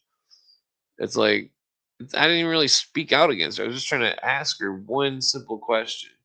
Can you please say which book or which speaker or whoever you heard this Christ consciousness thing from? I was playing dumb. I was asking a simple, simple, generic question. And then I had to proceed to ask it like 5 times. And it's like, and then the lady gets upset. It's like, ma'am, I've asked you this question 5 times in a row, and you've eluded the answer every time. It's a very simple question. What kind of person goes on a fucking interview, talks about a subject, and then can't say the book or the source where they heard the subject? I mean, I've confronted these Marxists a million times, and they act the same way. Oh, where'd you hear that, little Marxist? Where'd you hear that? They hush up like there's no tomorrow. Fucking just like that fucking Christ consciousness lady did. It's too bad I couldn't have thought to like try to send David Wilcock an invite. Maybe I could have talked some sense into his fucking crazy ass. Uh, you know, life's definitely worth living. I mean, it sucks with people who are have horrible diseases and shit. But like, I mean, I'm not saying that fucking it's God's plan or something, but it's like shit happens, and like sometimes people got to live a life of hell, and it's not because anybody wants them to, or it's not because they've done something wrong. It's just they got the bad hand of cards, like fucking.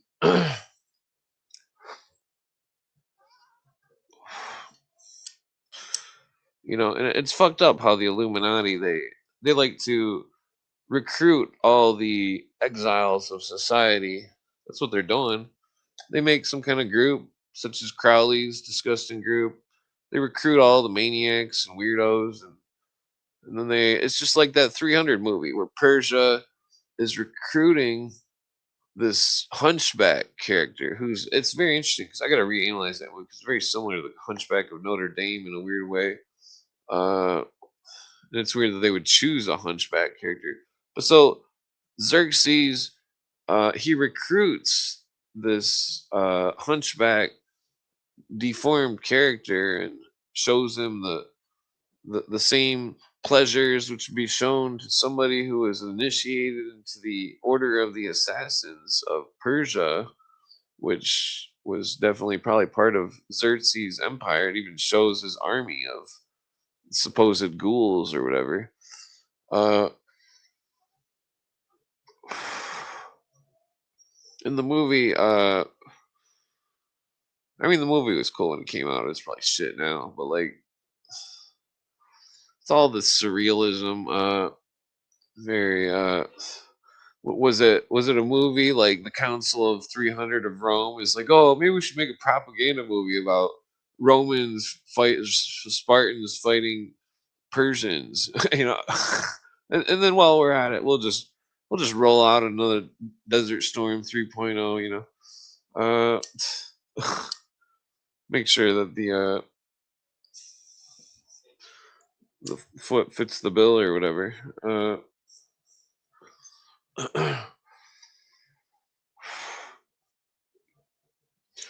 What's that say? Uh, yeah. So, well, I'm surprised nobody's awake. So like I thought at least like three people would be awake on here on Twitter. I guess not. Uh, well, so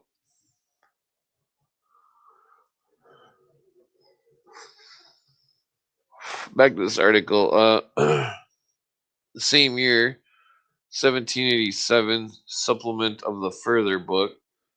Original works was published. So were the original writings of the Illuminati. That's the name of the book. Published in Munich by Johann Strobel, STRBL, codename Ediles, I don't know, Ediles, who left the order in 1783 and became an ardent opponent of it. Even though the Illuminati had been abolished 1786 in Bavaria, Weishaupt's already had a plan for its continuation. In the Augustine Barruel's book, Memoirs Illustrating the History of excuse me, Jacobinism, 1798, Weishaupt is quoted as stating, quote, I have foreseen everything. I've foreseen everything, and I've prepared everything. Let my whole order go to rack and ruin. In 3 years I will answer to restore it, and that to a more powerful state than it is in at the present. I shall rise stronger than ever. I can sacrifice whole provinces. The desertion of a few individuals, therefore, will not alarm me. End quote. So that was Weishaupt, 1798, Memoirs Illustrating the History of Jacobinism by Barruel. Blah blah. Weishaupt fled to Saxe-Gotha under protection of Duke Ludwig Ernst II, who was a high-ranking Illuminati codenamed Quintus Severus or Timilian. Ernst II. Well, interesting enough, there's a book about the surrealism of the Fulcanelli stuff, and it's written by someone named Ernst, which I thought was strange. But like, where is that? In the uh, Ernst Ernst II was initiated into the Illuminati 1783. Today's British royal family are his direct descendants. According to Rene Le Forestier in the book French title Les, Les Illumines de Bavière et la France Masonnerie Allemande, 1915. It's the Illuminati of Bavaria and of French Masonry. I don't know what Allemande is of the time or something.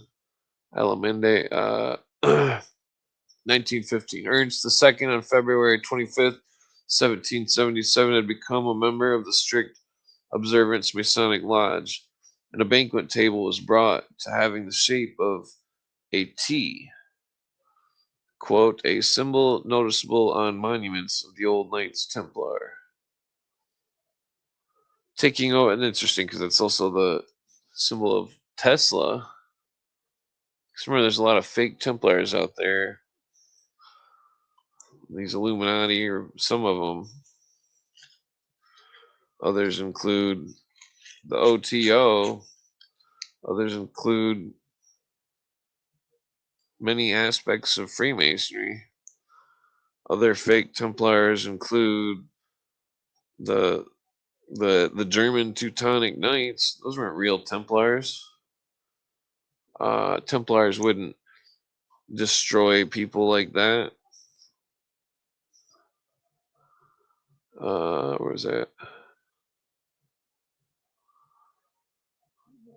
So taking over the Illuminati leadership in 1786 was Johann Bode, codename Emilius or Weinfried.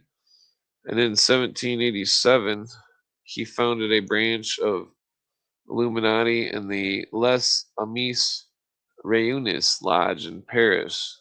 Bode adopted the name Philadelphus rather than Illuminati in France. And in an interview with Charles Percet on the December 1995 edition of Humanism, publication of the Grand Orient Masonic Lodge of France, there's a reference to a 1789 document holding the Philadelphus responsible for the French Revolution, which began that year. So remember when I was telling you that the French Grand Orient is Illuminati? I just said it the other night. I just dropped a nug.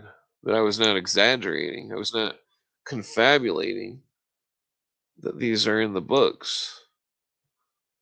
That this Illuminati conspiracy is real. But people read too fast. That's why I'm always speaking so slow. So I'm always trying to take dramatic effect pauses, I'm just trying to talk like William Shatner. No, I'm just joking. We must stop the Klingons. Where was I at here? Let me just screenshot that.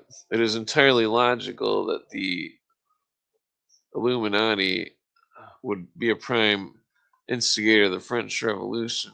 It's the theories of the French philosopher Jean-Jacques Rousseau. Remember, I was mentioning him earlier, who greatly influenced Weishaupt, inspired the revolution. In addition, according to the Librarian of Congress and Rhodes Scholar James Billington in The Fire of Minds of Men, 1980, quote, it was Jacobin and French revolutionist Honore Mirabeau's evocative language and his popularization of Illuminist concepts that, during the early years of the revolution, swayed many of the conspirators in Paris, end quote. Prominent Freemason Marquis de la Chette, who obtained the position of bibliothèque for Voltaire in the first year of the Revolution, 1789, warned in Essai sur la secte des Illumines. That's the secret sect of Illuminati or something. 1789, or I don't know what Essai means. I forget. ESSAI. Sur la sect. So the something of the sect of the Illuminati. About the infiltration the Illuminati could into the Masonic lodges, saying, uh, "You quote." You who are misled, or could be, know that there is a conspiracy. It was formed in the deepest darkness, a society of new beings who know each other without being seen, who understand each other without explanation, who serve without friendship. The goal of the society is a world government, taking over the authority of sovereigns, taking their place, leaving them nothing more than an empty honor of wearing a crown, end quote. So remember that so you know that the founding fathers were different than the Illuminati. They may have been Illuminati, but they were a different Illuminati. And that they wanted sovereignty. They wanted the nation to have sovereignty. They wanted people to have rights protected by a sovereign state. They wanted that. The Illuminati did not. Also, remember that the Crown of England, most of its power is stripped, even though I'm always blaming the Crown for all sorts of shit. They still had their powers stripped, but yet they were still Illuminati, still head of the Grand Lodge of the World English Freemasonry. And don't forget, one of my relatives, ironically, I'm part Hebrew from England, but I'm also part German, and I'm also related to the crown of fucking Germany, and that the Kaiser Wilhelm, and that the Nazis took Wilhelm's throne. If you read his letters to the Nazis, you'll see that he was begging them to have his throne replaced, and that he didn't want to help him. He was just hoping that he was. He's such an asshole. I mean, that's a long story. There's a lot more to it than that because I'm sure that he was probably a piece of shit too. But like, uh, but so let's move on here. Lemony. Illuminati not only spread to France. Well, so first before I start this, remember that I'm always talking about the French Revolution because you can see what's happening to the minds of the Marxists and socialists and leftists. They're being played by Illuminati to revolt against something that wants them to have rights. Because the new system that will be ushered in after these socialists try to destroy America will not be a constitutional republic. It'll be socialists with no rights. And keep in mind that we don't even barely have a constitutional republic already because the socialists and internationalists have withered it down to a thread. And that fucking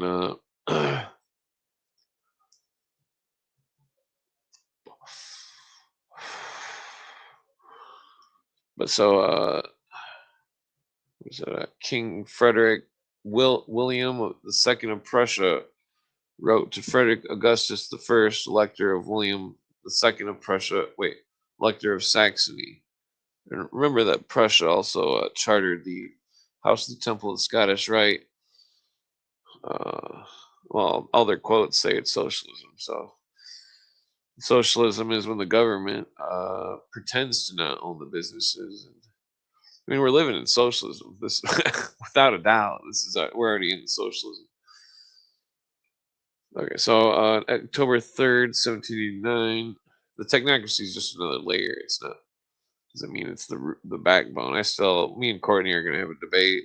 I didn't want it to come to this, but we're gonna have a debate. Uh,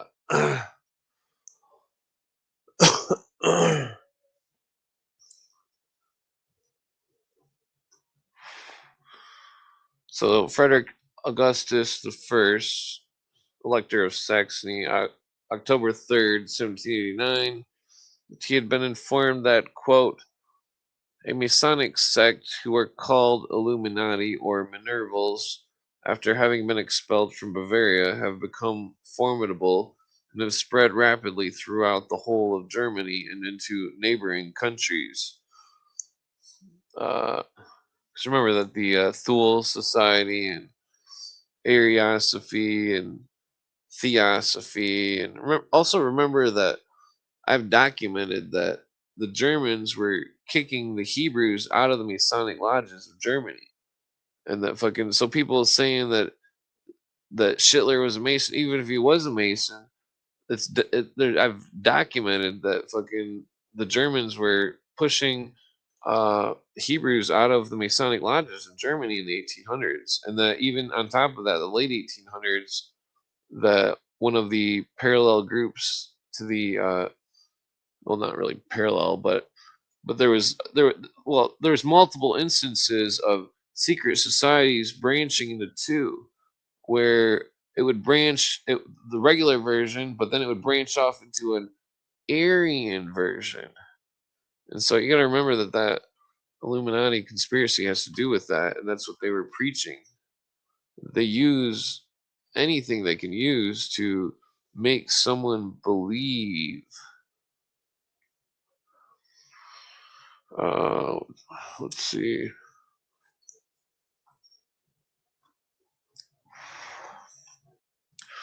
In Germany, the philosophical Jacobin Johann Gottlieb Fichte, though not a member of Illuminati, was accused of having sympathy for them. Fichte, Fichte, Johann, actually developed the, quote, dialectical process, end quote, before George Hegel, and to whom the process is attributed. Terry Pinkard in Hegel, the book Hegel, a Biography, 2001, revealed that Hegel was mentored by Illuminati member Jacob Abel, which was code name for Pythagoras.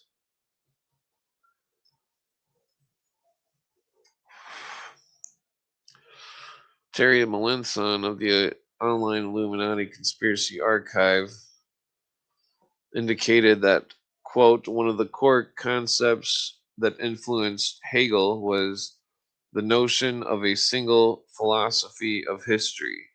And according to Reinhard Koselleck, I forgot to say end quote. According to, remember, that's interesting. I was saying the core concept that influenced Hegel was the notion of a single philosophy of history, meaning one. They want one. They don't want any contrary views. That's why they're always taking all this archaeology and they're just fucking wiping the table saying, oh, we don't need any of these other contradictory opinions. We need one philosophy. We need it all to be one. The politics, the religion, everything. That's why Max Heindel wrote the book Freemasonry and Catholicism, because he's talking about merging Freemasonry and merging Catholicism and Orthodoxy. That's why I was bringing up fucking Rasputin the other night, because the Illuminati's goal to destroy the kings, they couldn't get the king of Russia to bow down to the Illuminati. So they had their Rasputin, who was unorthodox, go in and play his games. And keep in mind that there's a jar of Rasputin's genitals that is worshipped in Russia by some kind of crazy ladies. Uh, also, keep in mind that Rasputin may have been poisoning the king's son. Uh, remember how uh, Robeson, in Proofs of Conspiracy, mentions what they found in the box in Bavaria: stuff for abortion, stuff for uh, poisons, stuff for booby traps. The Illuminati, uh, you know them by their fruits. Fruit isn't always good. Fruit can be rotted with worms, and bugs, and disease. Know them by their fruits. Look who these people are. Rasputin. Uh, that's another one that's similar. I mean, there's Saint Germain. There's quite a few.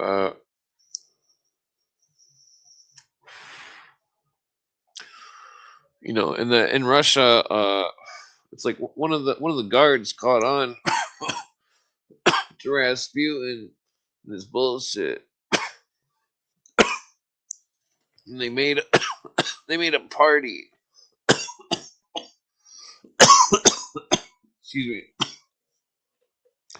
and that they had the food all poisoned for Rasputin, and that Rasputin most likely was in connection with the people that were making the food. He was probably informed by them, and that they probably switched the food out, and that because everybody thinks Rasputin's death is supernatural. I don't think it was supernatural. I think that he knew the people making the food, and that they told him, and that so the food was switched out, and so he happily ate as much as he could, and then he just happened to be a tough one to put down. Uh, I mean, that's kind of Rasputin was. They say Rasputin was banging the king's wife and all this sorts of stuff. Uh,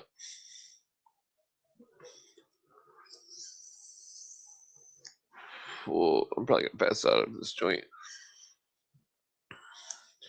Terry Melanson, the online Illuminati conspiracy archive, indicated that one of the core concepts that influenced Hegel was. Wait, I already said that part. Okay. According to Reinhard Koselleck, in the book Critique and Crisis: Enlightenment and the Modern Society, 1988, this philosophy, quote, substantiated the elitist consciousness of enlightenment. This was the power that the Illuminati possessed, a power that shared with the whole of the Enlightenment. This was the threat. It revealed the plan of conquest to those under attack, end quote. As Anthony Sutton explained in the book America's Secret Establishment: Introduction to the Order of Skull and Bones, remember that I've discussed the Hussards de la Morte, the Totem Kampf. I've discussed all these different Skull and Bones, the pirates. Quote, progress in the Hegelian state is through contrived conflicts. The clash of opposites make for progress. If you can control the opposite, you dominate the nature of the outcome, end quote.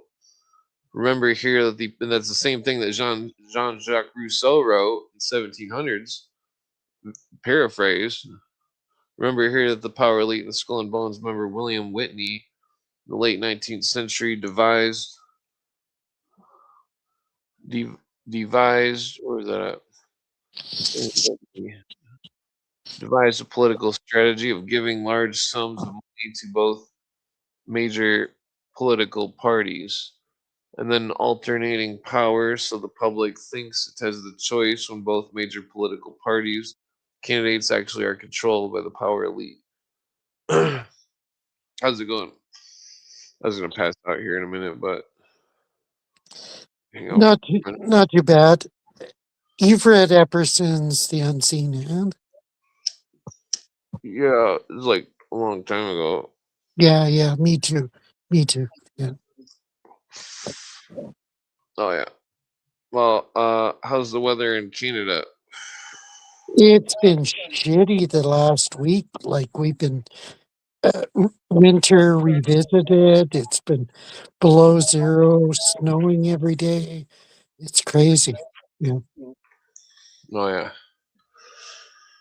yeah. Seen any new good books or anything? Well, shit. I'm reading Aldous Huxley's The Island, and I'm reading. You remember the girl with the dragon tattoo? That trilogy. I saw the movies, and now I'm reading the sequels written by another guy. And Yeah, I, there's a I, lot. There's a lot about AI and stuff like that, which is relevant today. Yeah. oh yeah, yeah. These computers. Everybody's talking about the technocracy coming about. I think the technocracy's already been here for quite some time. That's why I was Yeah, bringing up to somebody.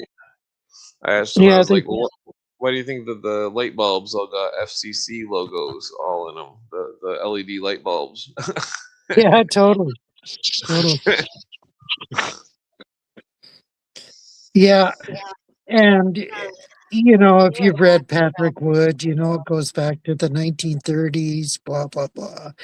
And if you follow Courtney Turner, you know Did you all about did that. you ever hear the rumors about the 50s where they claimed that when the TVs came out that they had a method of parking within 100 yards of someone's house and then using some kind of device to use the TV as some kind of reverse camera? No, I haven't heard that. That's what Although it's happening now. Yeah. yeah.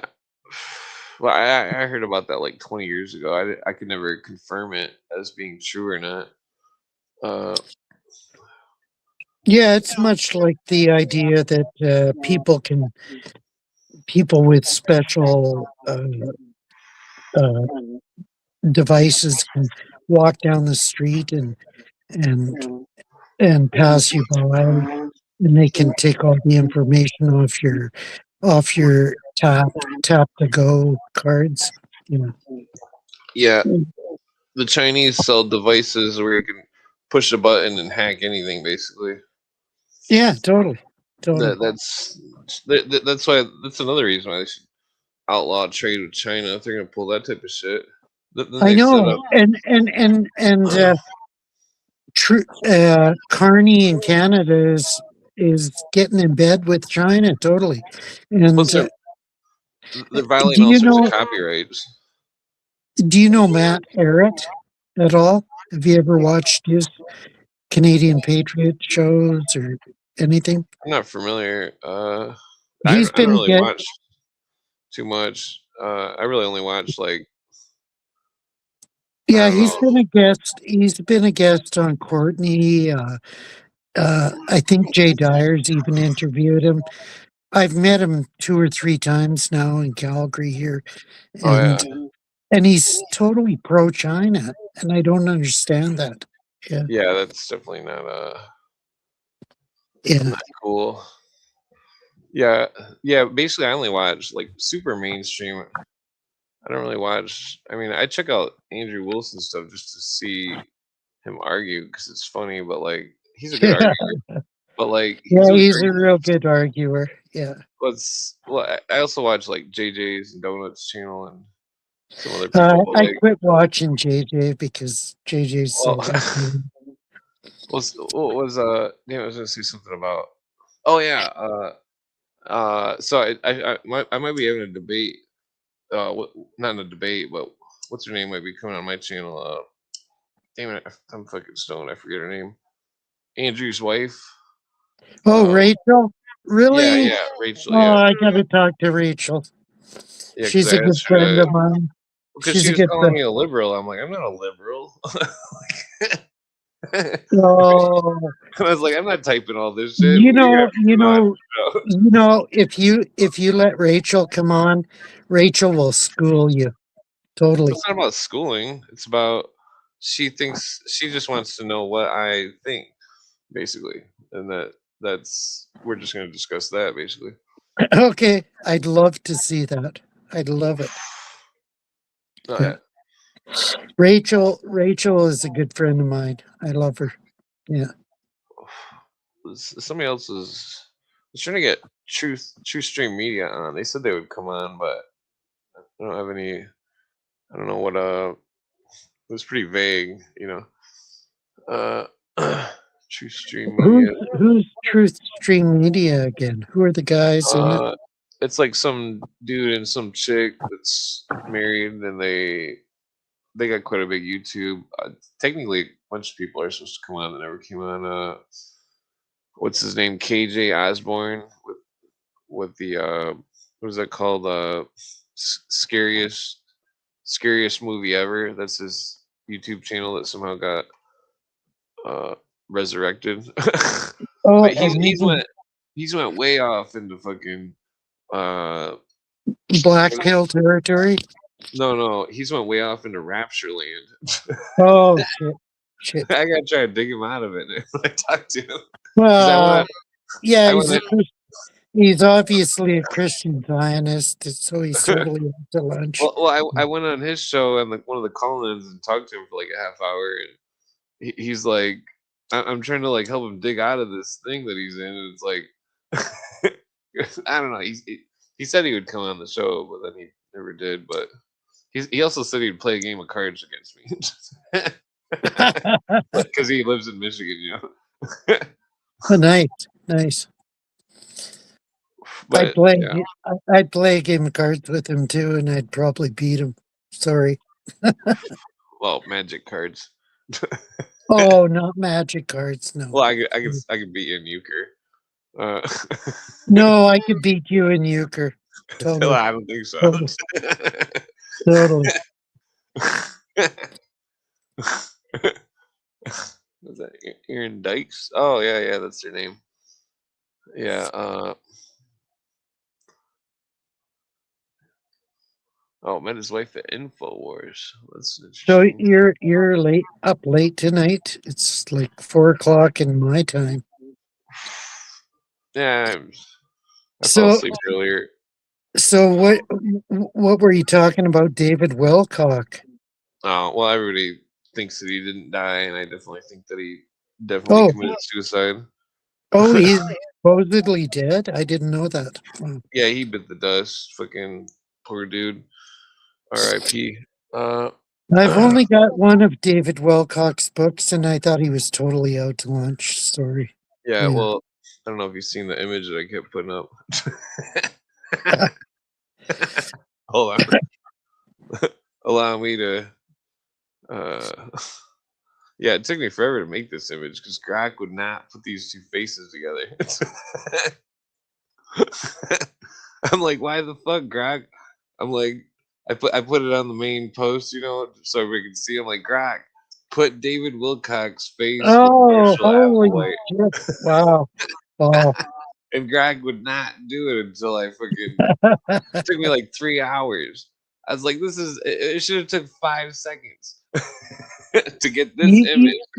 You should have put reptilian in it, and Uh, it would have given it to you right out of the way. Yeah, totally. yeah. What do you notice about the Heaven's Gate symbol? Uh, The wow. shape of it. Yeah, that's very familiar. The symbol of Very. Astarte. Yeah. Astarte is the goddess of the Christ consciousness cult, the concealed goddess. You know how they say in the thing with ISIS, none shall pass the veil. Okay. Yeah, fucking even in the old Egyptian manuscripts translations, it says that on their statues, none shall see beyond the veil. And that Oh, remember that Illuminati is the resurrected cult of ISIS. well, yeah, yeah. Yeah, that's why I always bring up that Bible verse talking about dogs in the Bible, worshippers of the cult of ISIS. You still got to get that Tim Callahan book, Secret Origins of the Bible. Well, dogs relate to Sirius and the dog Yeah, star, blah blah blah. Yeah, yeah. yeah. That Tim Callahan book is really intense. I I I haven't written it down, so I don't know. Yeah, Secret Origin of the Bible. Yeah, I'm No, it's a good book. Trust me, I wouldn't recommend it if it wasn't. Secret Origin of the Bible. Okay. Yeah, he's got a lot of artifact mentions in there. Very interesting. Uh, oh, watch yourself. Yeah, I dropped it. Secret Origin of the Bible. I just got to write it down. Secret Yeah, Origins. yeah. I used to have that book, but I borrowed it. And I think I gave it back to my friend. I don't know. I might have it somewhere. I'm pretty sure I gave it back to him. Have you heard of the Technological Republic? I was just watching an Hmm. episode of somebody. I've never heard of that. No entiendo. uh, it's like one of the 10 words I know. Well, I'm not too good on Spanish. Maybe German and Latin. I'm a little bit Oh, yeah. better, but I yeah. know how to ask for weed. Yo quiero fumar mota. Uh, Yo quiero. I forget. fum, fumar. Not Fumar. It's something else. Yo Oh, quiero. you quiero Taco Bell. Yeah. Okay. Okay. Yeah, that commercial. That's probably that's probably where I got it from. Yeah. Yo Uh, quiero Taco Bell. oh, yeah. Is there any Spanish people in Canada? Well, yeah, all the Filipinos are. Filipinos? Yeah, they're sort of Spanish, but their language is called Tagalog. But I mean, it's sort of Spanish. Yeah. Oh, what is it like? Jamaican mixed with Spanish or something? No, it's whatever the national Filipino language is mixed with Spanish. Yeah. Oh, yeah. Yeah, I wanted to learn Portuguese because some of those old books are in Portuguese, and Well, what always amazed me is all the books that I've read that quote Latin, Greek. So I always wanted to learn Latin and Greek because yeah, so many of these books, these ancient books that you read, they quote it profusely and they don't provide a translation. So yeah, yeah. Especially with the Greek, I always yeah, have to consult this Greek lady that I know, and she never answers. It's like I'm just trying to get some but now with the Grok though, I don't really need to ask people to translate shit. okay, maybe I'll try that. Yeah. Yeah, the Grok, you can take a screenshot of something and just run it through it, and it'll translate it. Remember that? What I think weren't you here that night? No, it was me and it was somebody else. It was we were there. There was a coffin lid from Spain, and it was some kind of Knights Templar coffin lid, but it was like Muslim or something, and it had some kind of naked lady on it with floppy boobs, and like a like an upside down star, and then a moon and a sun and a skull or something, and then it said on the sides some kind of Aramaic verse talking about Allah and fucking I think it's a huge clue. Uh Definitely. So you got a translation of it? Yeah, I got a translation of it and I was expecting something totally different, but it was just flat out fucking Islam prayers.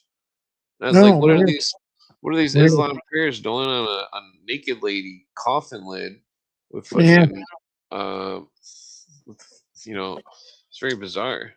Is like, is this Allah? Some kind of floppy titty bitch? Was it a Dolly? Was it a Dolly painting? No, no, it was a carved tomb lid or something. It was carved Okay. out of Okay. what was that? I don't know what kind of stone that was. It was like granite or something. No, it was. It might have been like sandstone, or I think it was sandstone. Sandstone. Yeah. Sandstone's popular here in Calgary. Yeah. Yeah. There's a lot of buildings built out of sandstone. I don't know how they do it, but yeah. Oh yeah, it'd be cool. Build some kind of pyramid or something. That's what I'd do if I was rich. Build a Yeah. pyramid. Then I could look at the stars during the day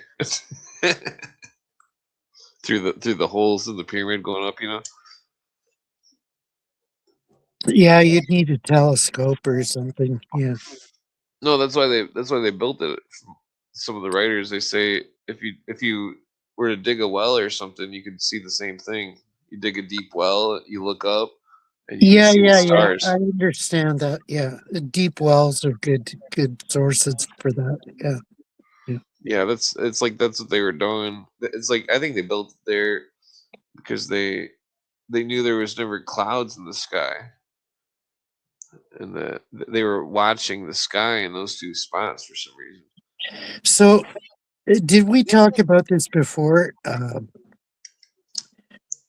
Prior to the flood, there was mist. There was this uh, vapor barrier over the earth, and so Yeah, like a after the liquid flood, ozone. yeah, and after the flood, all of a sudden they became stargazers, and the magi developed in Babylon and all that type of stuff. And they started worshiping the stars. Yeah. Well, I mean, regardless of the origin of how they started worshiping stars, Yeah, and that's where astronomy started, or astrology, I guess, started. yeah.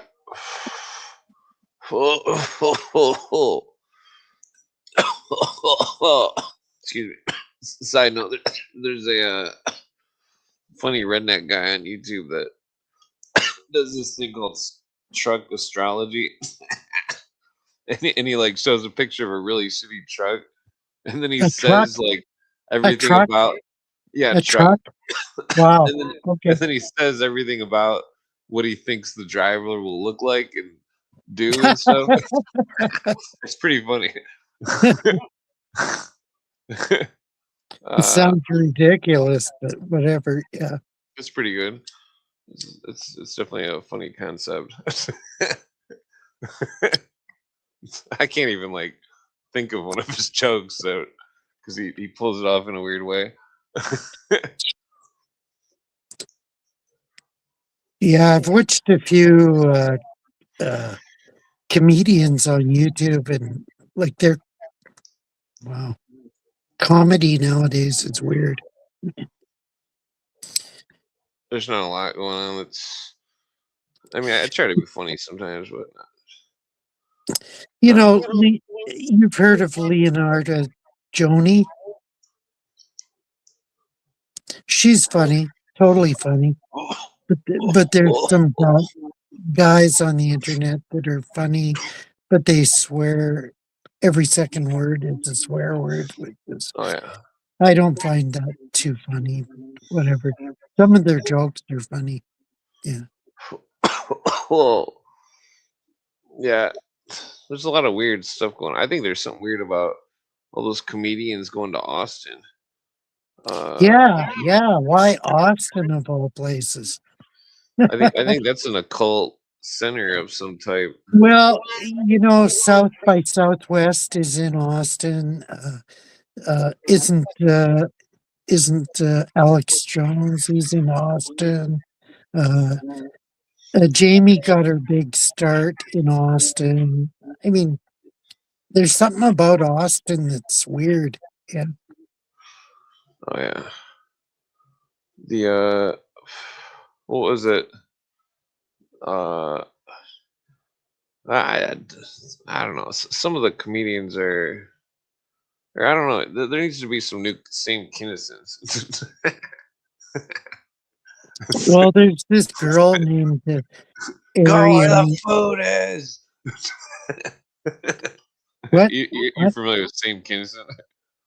No, no, no. He's like he died in the 90s or 80s, but he used to do these jokes. He'd be like he's like talking about Ethiopia and the government sending all this money and food to Ethiopia, and he's like, oh, he talks about real nice and stuff, and then and then all of a sudden he's like, here's an idea. Why don't you go where the fucking food is? And Yeah. it's definitely Wow. a funny type of comedy. Yeah, totally. I mean, I mean, if somebody's out in the middle of the fucking desert and there's no food, you definitely be like, maybe I should Yeah, bounce out of yeah, here. You yeah. know, That's what I get out of here. back in the 70s. It used to be every year there was a monsoon in Bangladesh, and all the people were dying and blah blah blah. And I'd say, why the fuck do you guys live there? Why don't you move to higher ground? Yeah, I never understood that. Yeah. yeah. Well, yeah, because some of those books were saying like monsoons were hitting like 17 million people and shit back fucking Yeah, like back 17, in the day, 1800s. like, and I never understood, why do you guys live there? You know they're coming every year. Why don't you move to higher ground into the Himalayas or whatever? You know, Yeah, I Move- mean that number move- might be inaccurate. I can't remember what the number was. Well, I think that one tribe that they just hang out in the ocean with all the boats. You know, they hang out by Australia near shallow water, and they just live on the ocean most of the time. It's like, damn, that'd be pretty fun. Australia use shallow Oh, water. you got some. You gotta turn your computer volume down. yeah, I just did. I Okay. just wanted to check out the chats and see what people were saying, Oh yeah. because I can't Oh, do that on my phone for some reason. Whatever. hmm. I didn't know Sam Kennison was a preacher. Who? That comedian I was talking about. Oh, Sam That's was a funny. preacher or something before his comedy career. Well, I'm not sure. That's I don't know. interesting. I Could don't be know the true. guy. I don't know the guy. Yeah.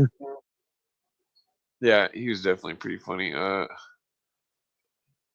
Yeah, like I don't know when I rewatched all the Saturday Night Live, I was like, well, I only watched them up to like Seriously? 2001, but like, well, I quit Huh. watching them after like 2001, but like, Yeah, I quit. I quit watching it. Because their skits got so stupid and not unfunny. So I quit watching them. Yeah. well, I mean, you could tell they're on drugs or something. Yeah, and it was all liberal propaganda and shit like Yeah, yeah, that. because even the '80s episodes, they were hating on Trump in the '80s on Saturday Night Live. Yeah. But what's really fucked up though is it's like Eddie Murphy. I think that's really fucked up because like it's like well I I think it was, yeah, JJ brought it to my attention that Eddie Murphy was involved in some kind of incident where some kind of prostitute got murdered, and like and it puts a weird spin on Eddie Murphy because it's like it does seem like I don't know, he seems like kind of a weird dark person in a way, like when I was watching the jokes he was making well, I don't know if he wrote those jokes, but I don't know, there's something about him is really creepy. Uh, Yeah, the, the, the, I never liked Eddie Murphy. Yeah. well, then they put him in that movie where he's a cartoon and he's got a donkey. He's the donkey. Yeah, Are you he's the talking about? donkey. Are you talking about Shrek? Shrek? Yeah, yeah. Yeah. I think that cartoon was very. I mean, I never Yeah. actually seen it, but I think it's theosophical. Yeah, Uh, I saw the first one. I don't think I saw the second one, but the first one was terrible. Yeah. Mm. yeah, it's because I mean, didn't in the Hunchback of Notre Dame, didn't the Hunchback also have a donkey? I'm trying I to think back. I read that like 30 years ago. Like it's a long time ago. because I All I do remember is Esmeralda. well then the Hunchback also had a goat named Pan or was it Pan? No, I think it was something more incriminating. Well, Azazel or something. But then in the book, that book is fucked up. Especially, I mean, I haven't read all of it, but like after reading most of yeah, it Fulcanelli was. like three times, Look into Hugo's history. There's something well, I wrong with mean, Hugo. I Yeah. think that what I'm getting at is I think that the same type of symbology being used in the Hunchback of Notre Dame book Yeah. is possibly also used in the 300 Late, movie. The oh, three the Les Miserables. Like, I no mean, that no was well okay. The 300 Trying to movie. re-example. I never seen the 300 movie because I didn't like the actors in it, so I didn't want to watch it. Yeah. Well, it's a pretty good movie, but it's definitely all occult surrealism because it had a Hunchback of Notre Dame, and then he was recruited into the Persian Illuminati. Basically, uh, the Persian Xerxes showed him like the Order of the Assassins, pleasures, and all that stuff. Oh, It was wow. Wow. yeah, you definitely got to watch it because Okay, it was. maybe I'll watch it. Maybe I'll watch it. Is it on Prime? Hmm. I'll look it up. Don't worry about it. I'll look it up. Oh yeah. Yeah. Uh, well, maybe I should like if I go to the like see any cheap DVDs, I'll try to pick them up for you No, don't worry about it. and Don't mail them to worry. you. Wait, what Hey, was I looking hey, for? hey, maybe we could do a review of it after watching it. Do a review of it. Yeah, you might be able to find a copy in BitChute. Let me see here. Yeah, it might be on YouTube even. I mean, YouTube has a Yeah. lot of movies. Yeah. I can't access all these Okay. things at the same time here. I don't know. Yeah. Oh, what does that say? Well, I could, but I'd have Oh, to. that's interesting. Shady says that most comedians have a traumatic childhood. That's fucked up. Well, that I makes didn't know sense. that. It makes sense, I think. Yeah. I mean, look at what's his name? Carney. What's his name? Starts with a C. Jim Um, Carrey. Jim Carrey. He's totally fucked up. Totally. Yeah, he's Um, in the New Age religion. yeah, totally. Whoa. So one of the few guys I respect is what's his name? Uh, Car, not Carney, but Carlin, George Carlin. Yeah, Oh yeah. I Yeah, respect him. I Yeah, think I got one of his vinyls. yeah. Yeah, I got a couple other vinyls. I got a bunch of Bill Cosby vinyls for sale. If anything wants Oh it, shit! You should throw those in the garbage. those are Throw gonna them be worth away. something someday.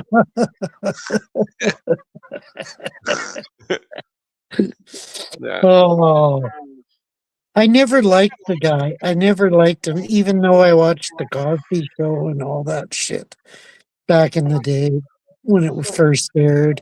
Uh, Um, I thought Red Fox was funnier. yeah, Red Fox was much more funnier. Yeah. Yeah. Wash Yeah. your ass.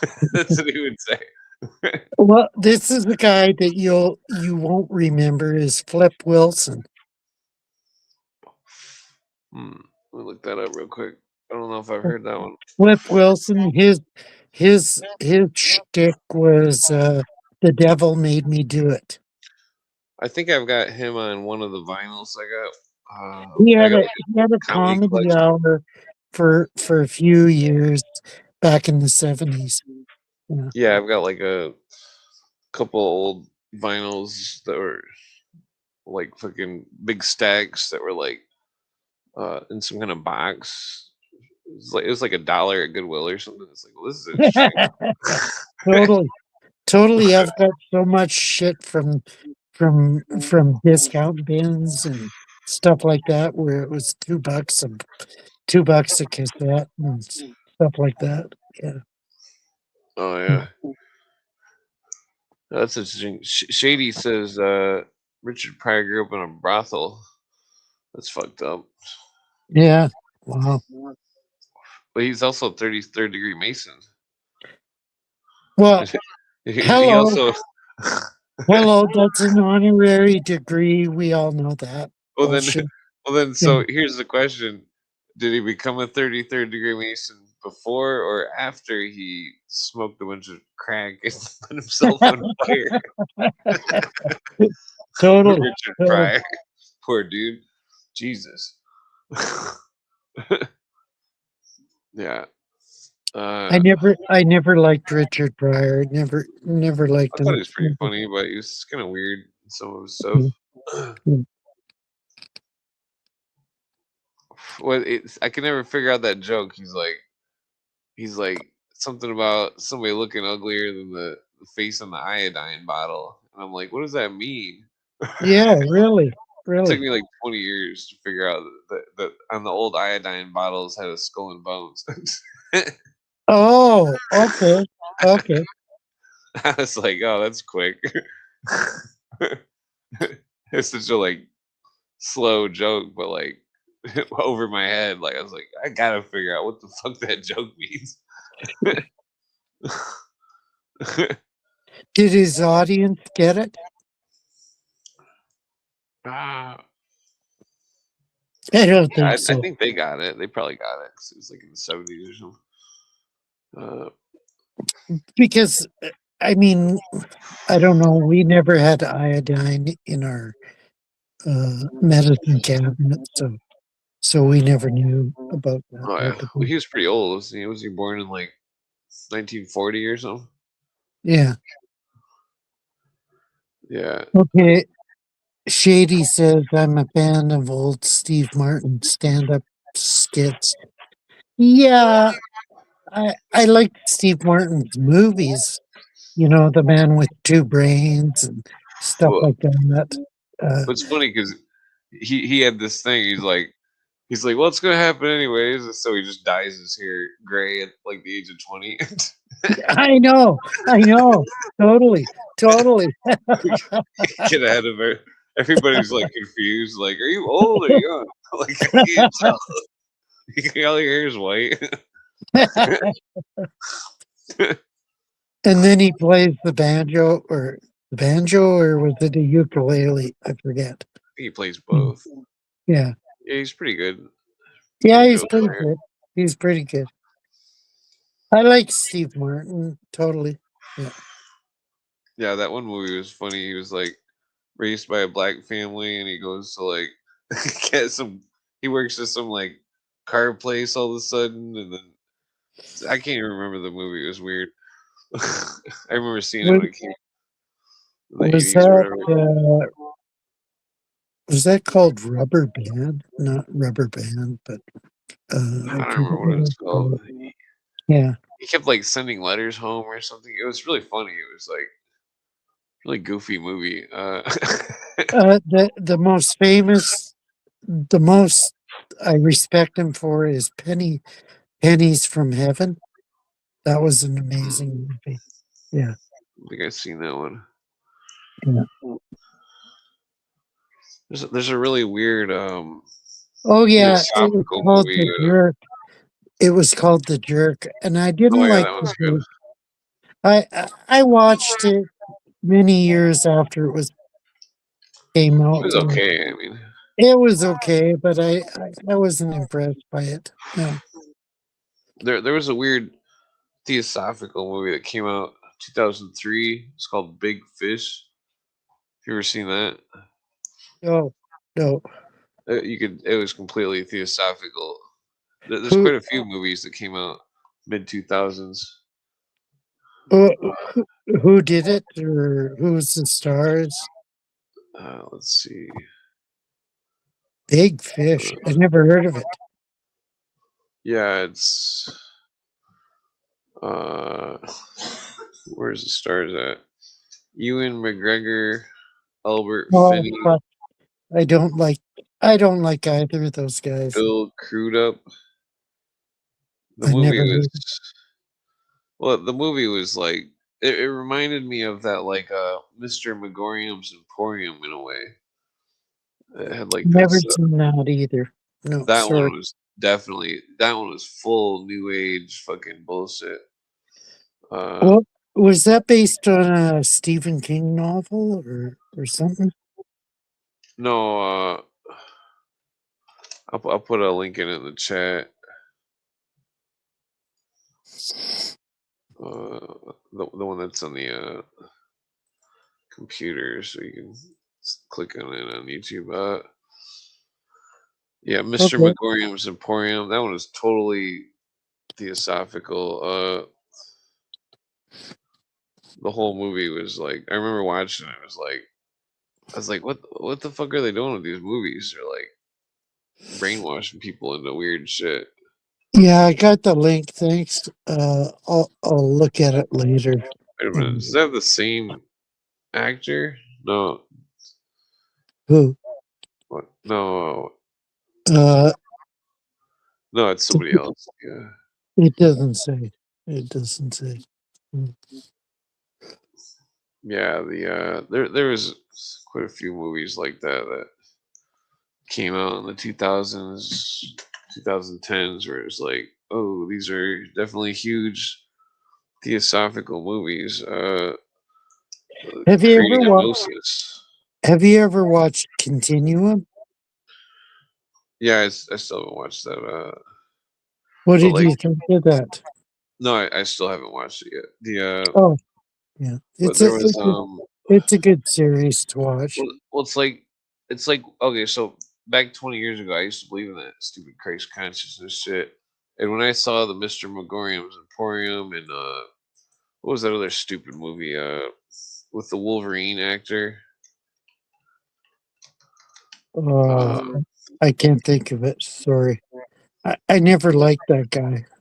Sorry. hold on, I'll find it here. It was some kind of weird fantasy type movie that was. It kind of looked cool, but then when I watched it, it was. But I was like, I don't know, where's it at? Like 2000. It was like after. Hugh Jackman. Hugh Jackman. Yeah, I think it was called The Fountain. That's what it was. Hmm. Yeah, The Fountain. Never seen it. No. It was a total theosophical movie. It was really lame. It was like, what the fuck is this shit? Uh, Have you ever seen Children of Men? yeah, that one's definitely that one. I remember watching that when it came out. It was I watched it twice, and I've got the book and I totally respected the author because she wrote many good mystery novels, blah blah blah. But I watched Children Men twice, and I hated it. I totally but hated the show. I think that was a theosophical movie too. Yeah, totally. It's Yeah. like they were bringing the new god. It's like the lady that gave the birth to the baby was the new god in the movie. Yeah, it was total depopulation, I mean, just look at Malthusian. it like that. Don't think of it like people. Just think of this story, this new thing. Like, oh, because there was working in the surrealism, like that. Like, I still got to read that Fulcanelli book again. Plus, there's like two other Fulcanelli books, but I don't know if those are written by the same person or not. Yeah, Because I've got the Fulcanelli book, and I still haven't read it. Shit, I just don't have time to read everything. Shit. Oh, Yeah. it's a quick read, so I mean, but definitely read it slow. Yeah. But I still haven't finished like the last 4 chapters. But I did read the last 4 chapters separately, but I didn't read them in a row. And I always skim through books, like read random stuff and then put it down, read parts of it later. And I Yeah. still Yeah. haven't like read it all in one sitting and then put it all together. Uh, what's another one of those occult movies? Damn, there's so many of them. Like, Did you watch Jay's recent? Uh, I don't know if it's how recent it is. He uploaded the 10, 10 best movies that expose the elite's agenda. I think I've seen that. I was in. I don't think I was very impressed. Really? No offense to him. No, I liked all of the movies except for I've only seen like 8 out of the 10. Um, and of course, whatever. Yeah. Oh, yeah. Have you ever seen The Devil Rides Out? No, no. It's from 1968. Wow, that's quite old. Wow. Yeah. Let's see if I can. Devil Rides Out. Who was the director or producer or whatever, and It's who got was Christopher Lee in it. oh, Christopher Lee, of course. Yeah. Yeah. I'll put the link in it. But it definitely looks pretty. I haven't watched it yet, but I definitely gotta check it out. Let's see here. Yeah, this one right here. Okay, I've got it. I've got it. Thanks. Pretty wild looking covers. Uh, Wow. Wow. yeah, it's weird because this actor, he looks like he's a fucking Nazi. Uh, Well, with his weird eyes. he looks like a Baphomet. Yeah. Well, remember that actress from the movie They Live? Uh, Yes, yes, yes, yes. she had the same eyes like this dude. Remember Yeah, what? I'm that's what I've been reading. I've been reading a lot of fiction lately, and they talk about the eyes and stuff. And I Remember don't know. Manly P Hall? What color were Manly P Hall's eyes? I don't know. They look just like this guy's eyes. Uh, Crystal blue, crystal blue. Yeah, yeah, I think that there's the Aryan race stuff is still going on. yeah. That pisses me off because I mean, I love crystal blue eyes if they're beneficial. Oh, You yeah. know, Tingly gray is more rare. Yeah. Uh, gr- that's, a, gray, that's a weird face. yeah, gray is more rare, and I like green eyes too. I like all Northern European eyes. Yeah. So Some of the Aborigines got light blue eyes. yeah, because they've interspersed with the other races. Yeah. No, I'm talking about like the some of the old Aborigines. Like Spooky. Like Sacagawea or what? I don't know what no, you. Aborigines of Australia. Oh fuck. Yeah, they've got a mythos that aligns with mythos of the Amazon and with the mythos of the Bible, technically. That Satan or the serpent was cast down to earth and imprisoned in the material plane, but like they call it Yeah, the but rainbow serpent. yeah, but also the Tower of Babel incident. Well, You no, have no, I'm to, not talking about that. I'm talking about you have the to story factor of. that.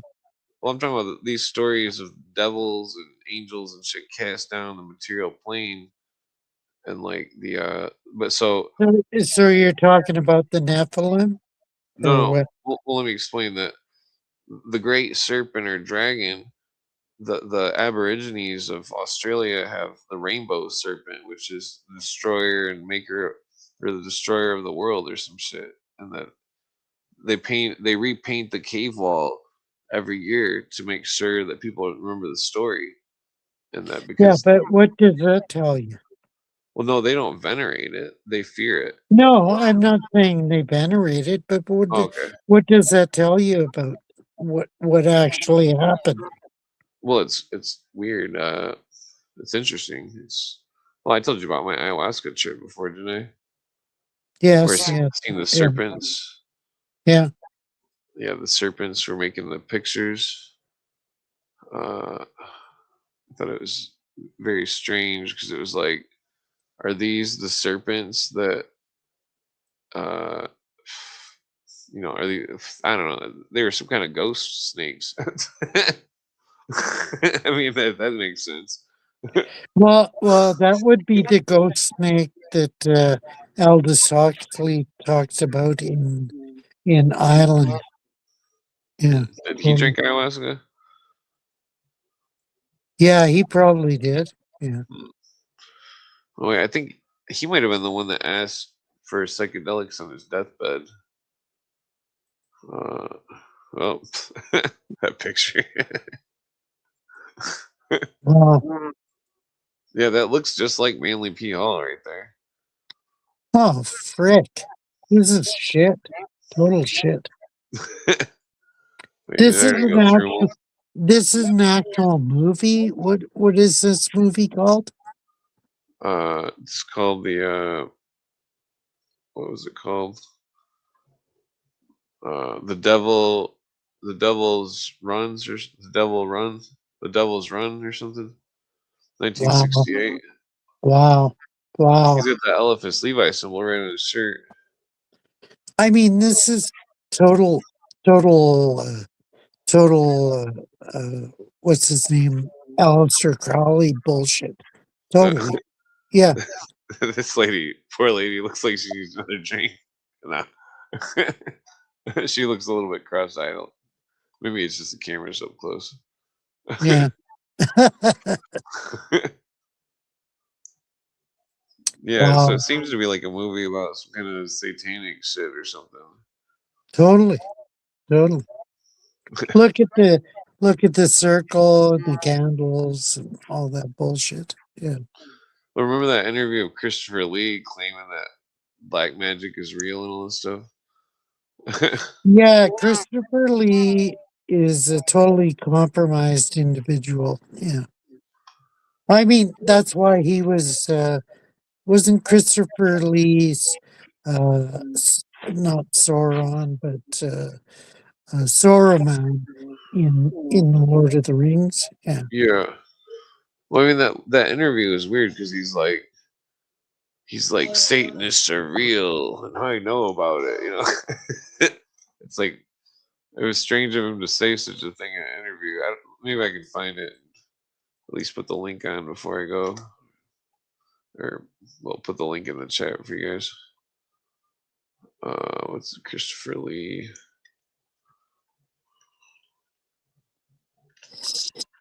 The devil rides out. King Frank. Okay. Paul Eddington. But they don't mention Christopher Lee in this.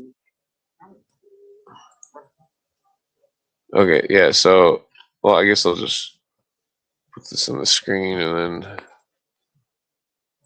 put my mouthpiece in my ear for a second. Uh,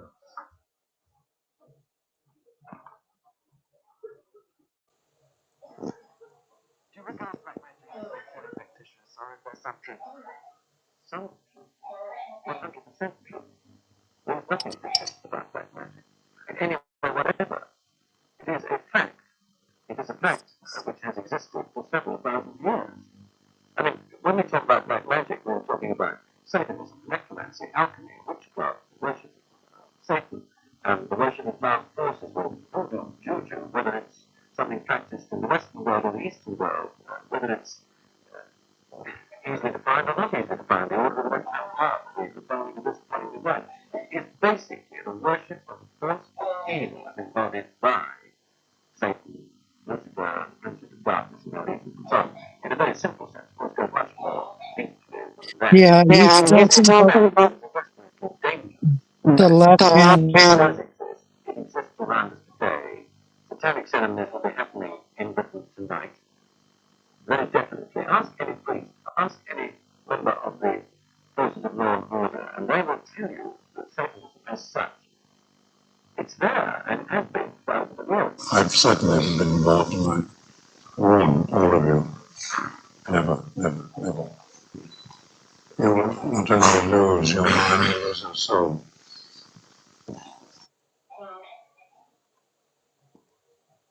Okay. Okay. Yeah, Sorry, I didn't mute you for a second because I had my headphones turned way up, just so you could hear it. yeah, he was talking about the left hand path, which totally is tantric Buddhism. Blah, blah, blah. Yeah, there's definitely many forms. But I was gonna say I gotta pass out. 'Cause And the this sun's is up, what Courtney and Jamie were talking about. Totally, the left hand path. Yeah. Oh yeah, yeah. I gotta pass out. Try to wake up a couple hours. Okay, take care. I slept a little bit, but I didn't sleep somewhere. Good night. Take it easy. Yeah, take care. Oh yeah. Hit the like button. Whoop whoop. Okay. Well, I might do a rap before I go. Let's see. Where's one at?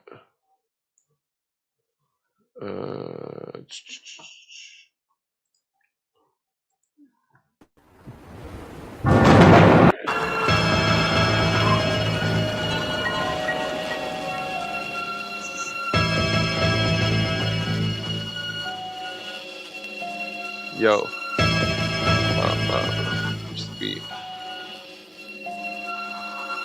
Yo. Rap divination. Alien visitation. Yo. Discriminating. Trying to eat food with Asian. Playing PlayStation. Go on vacation. Yo, I wait patient. I come back. Motherfucking, I'm trying to be buying some weed at the way station. My motherfuckers, you know that we stay ancient. Coming back from the motherfucking pavement. Y'all motherfuckers know how the waves went. Yo, I'm wrapping it up. Coming back. Motherfuckers, rapping what? Throw me $1. Motherfucking holler.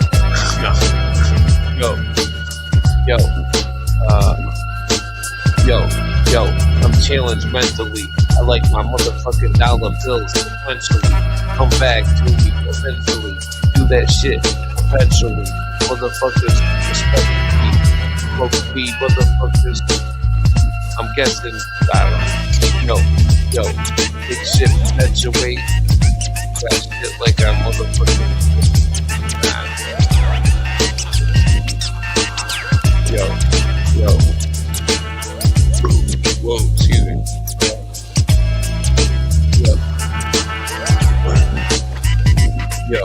Yo, it's typical for people to fit in well their minds and their fucking delusions. They give them hell, roll with the motherfuckers, different smell, motherfucking irrelevant. Come back with this thought that's intelligent, motherfuckers think hella bit. Y'all motherfuckers come, you know we some elephants, motherfucking roll through, motherfucker. You just know that we don't do old school, motherfuckers.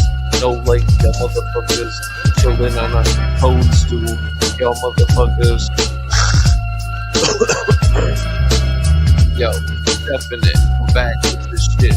Never motherfucking mention it, y'all motherfuckers. indention to motherfuckers rolling through motherfuckers. Nah. Alright. I'm going to sleep. Good night. Peace out. Hit the like button.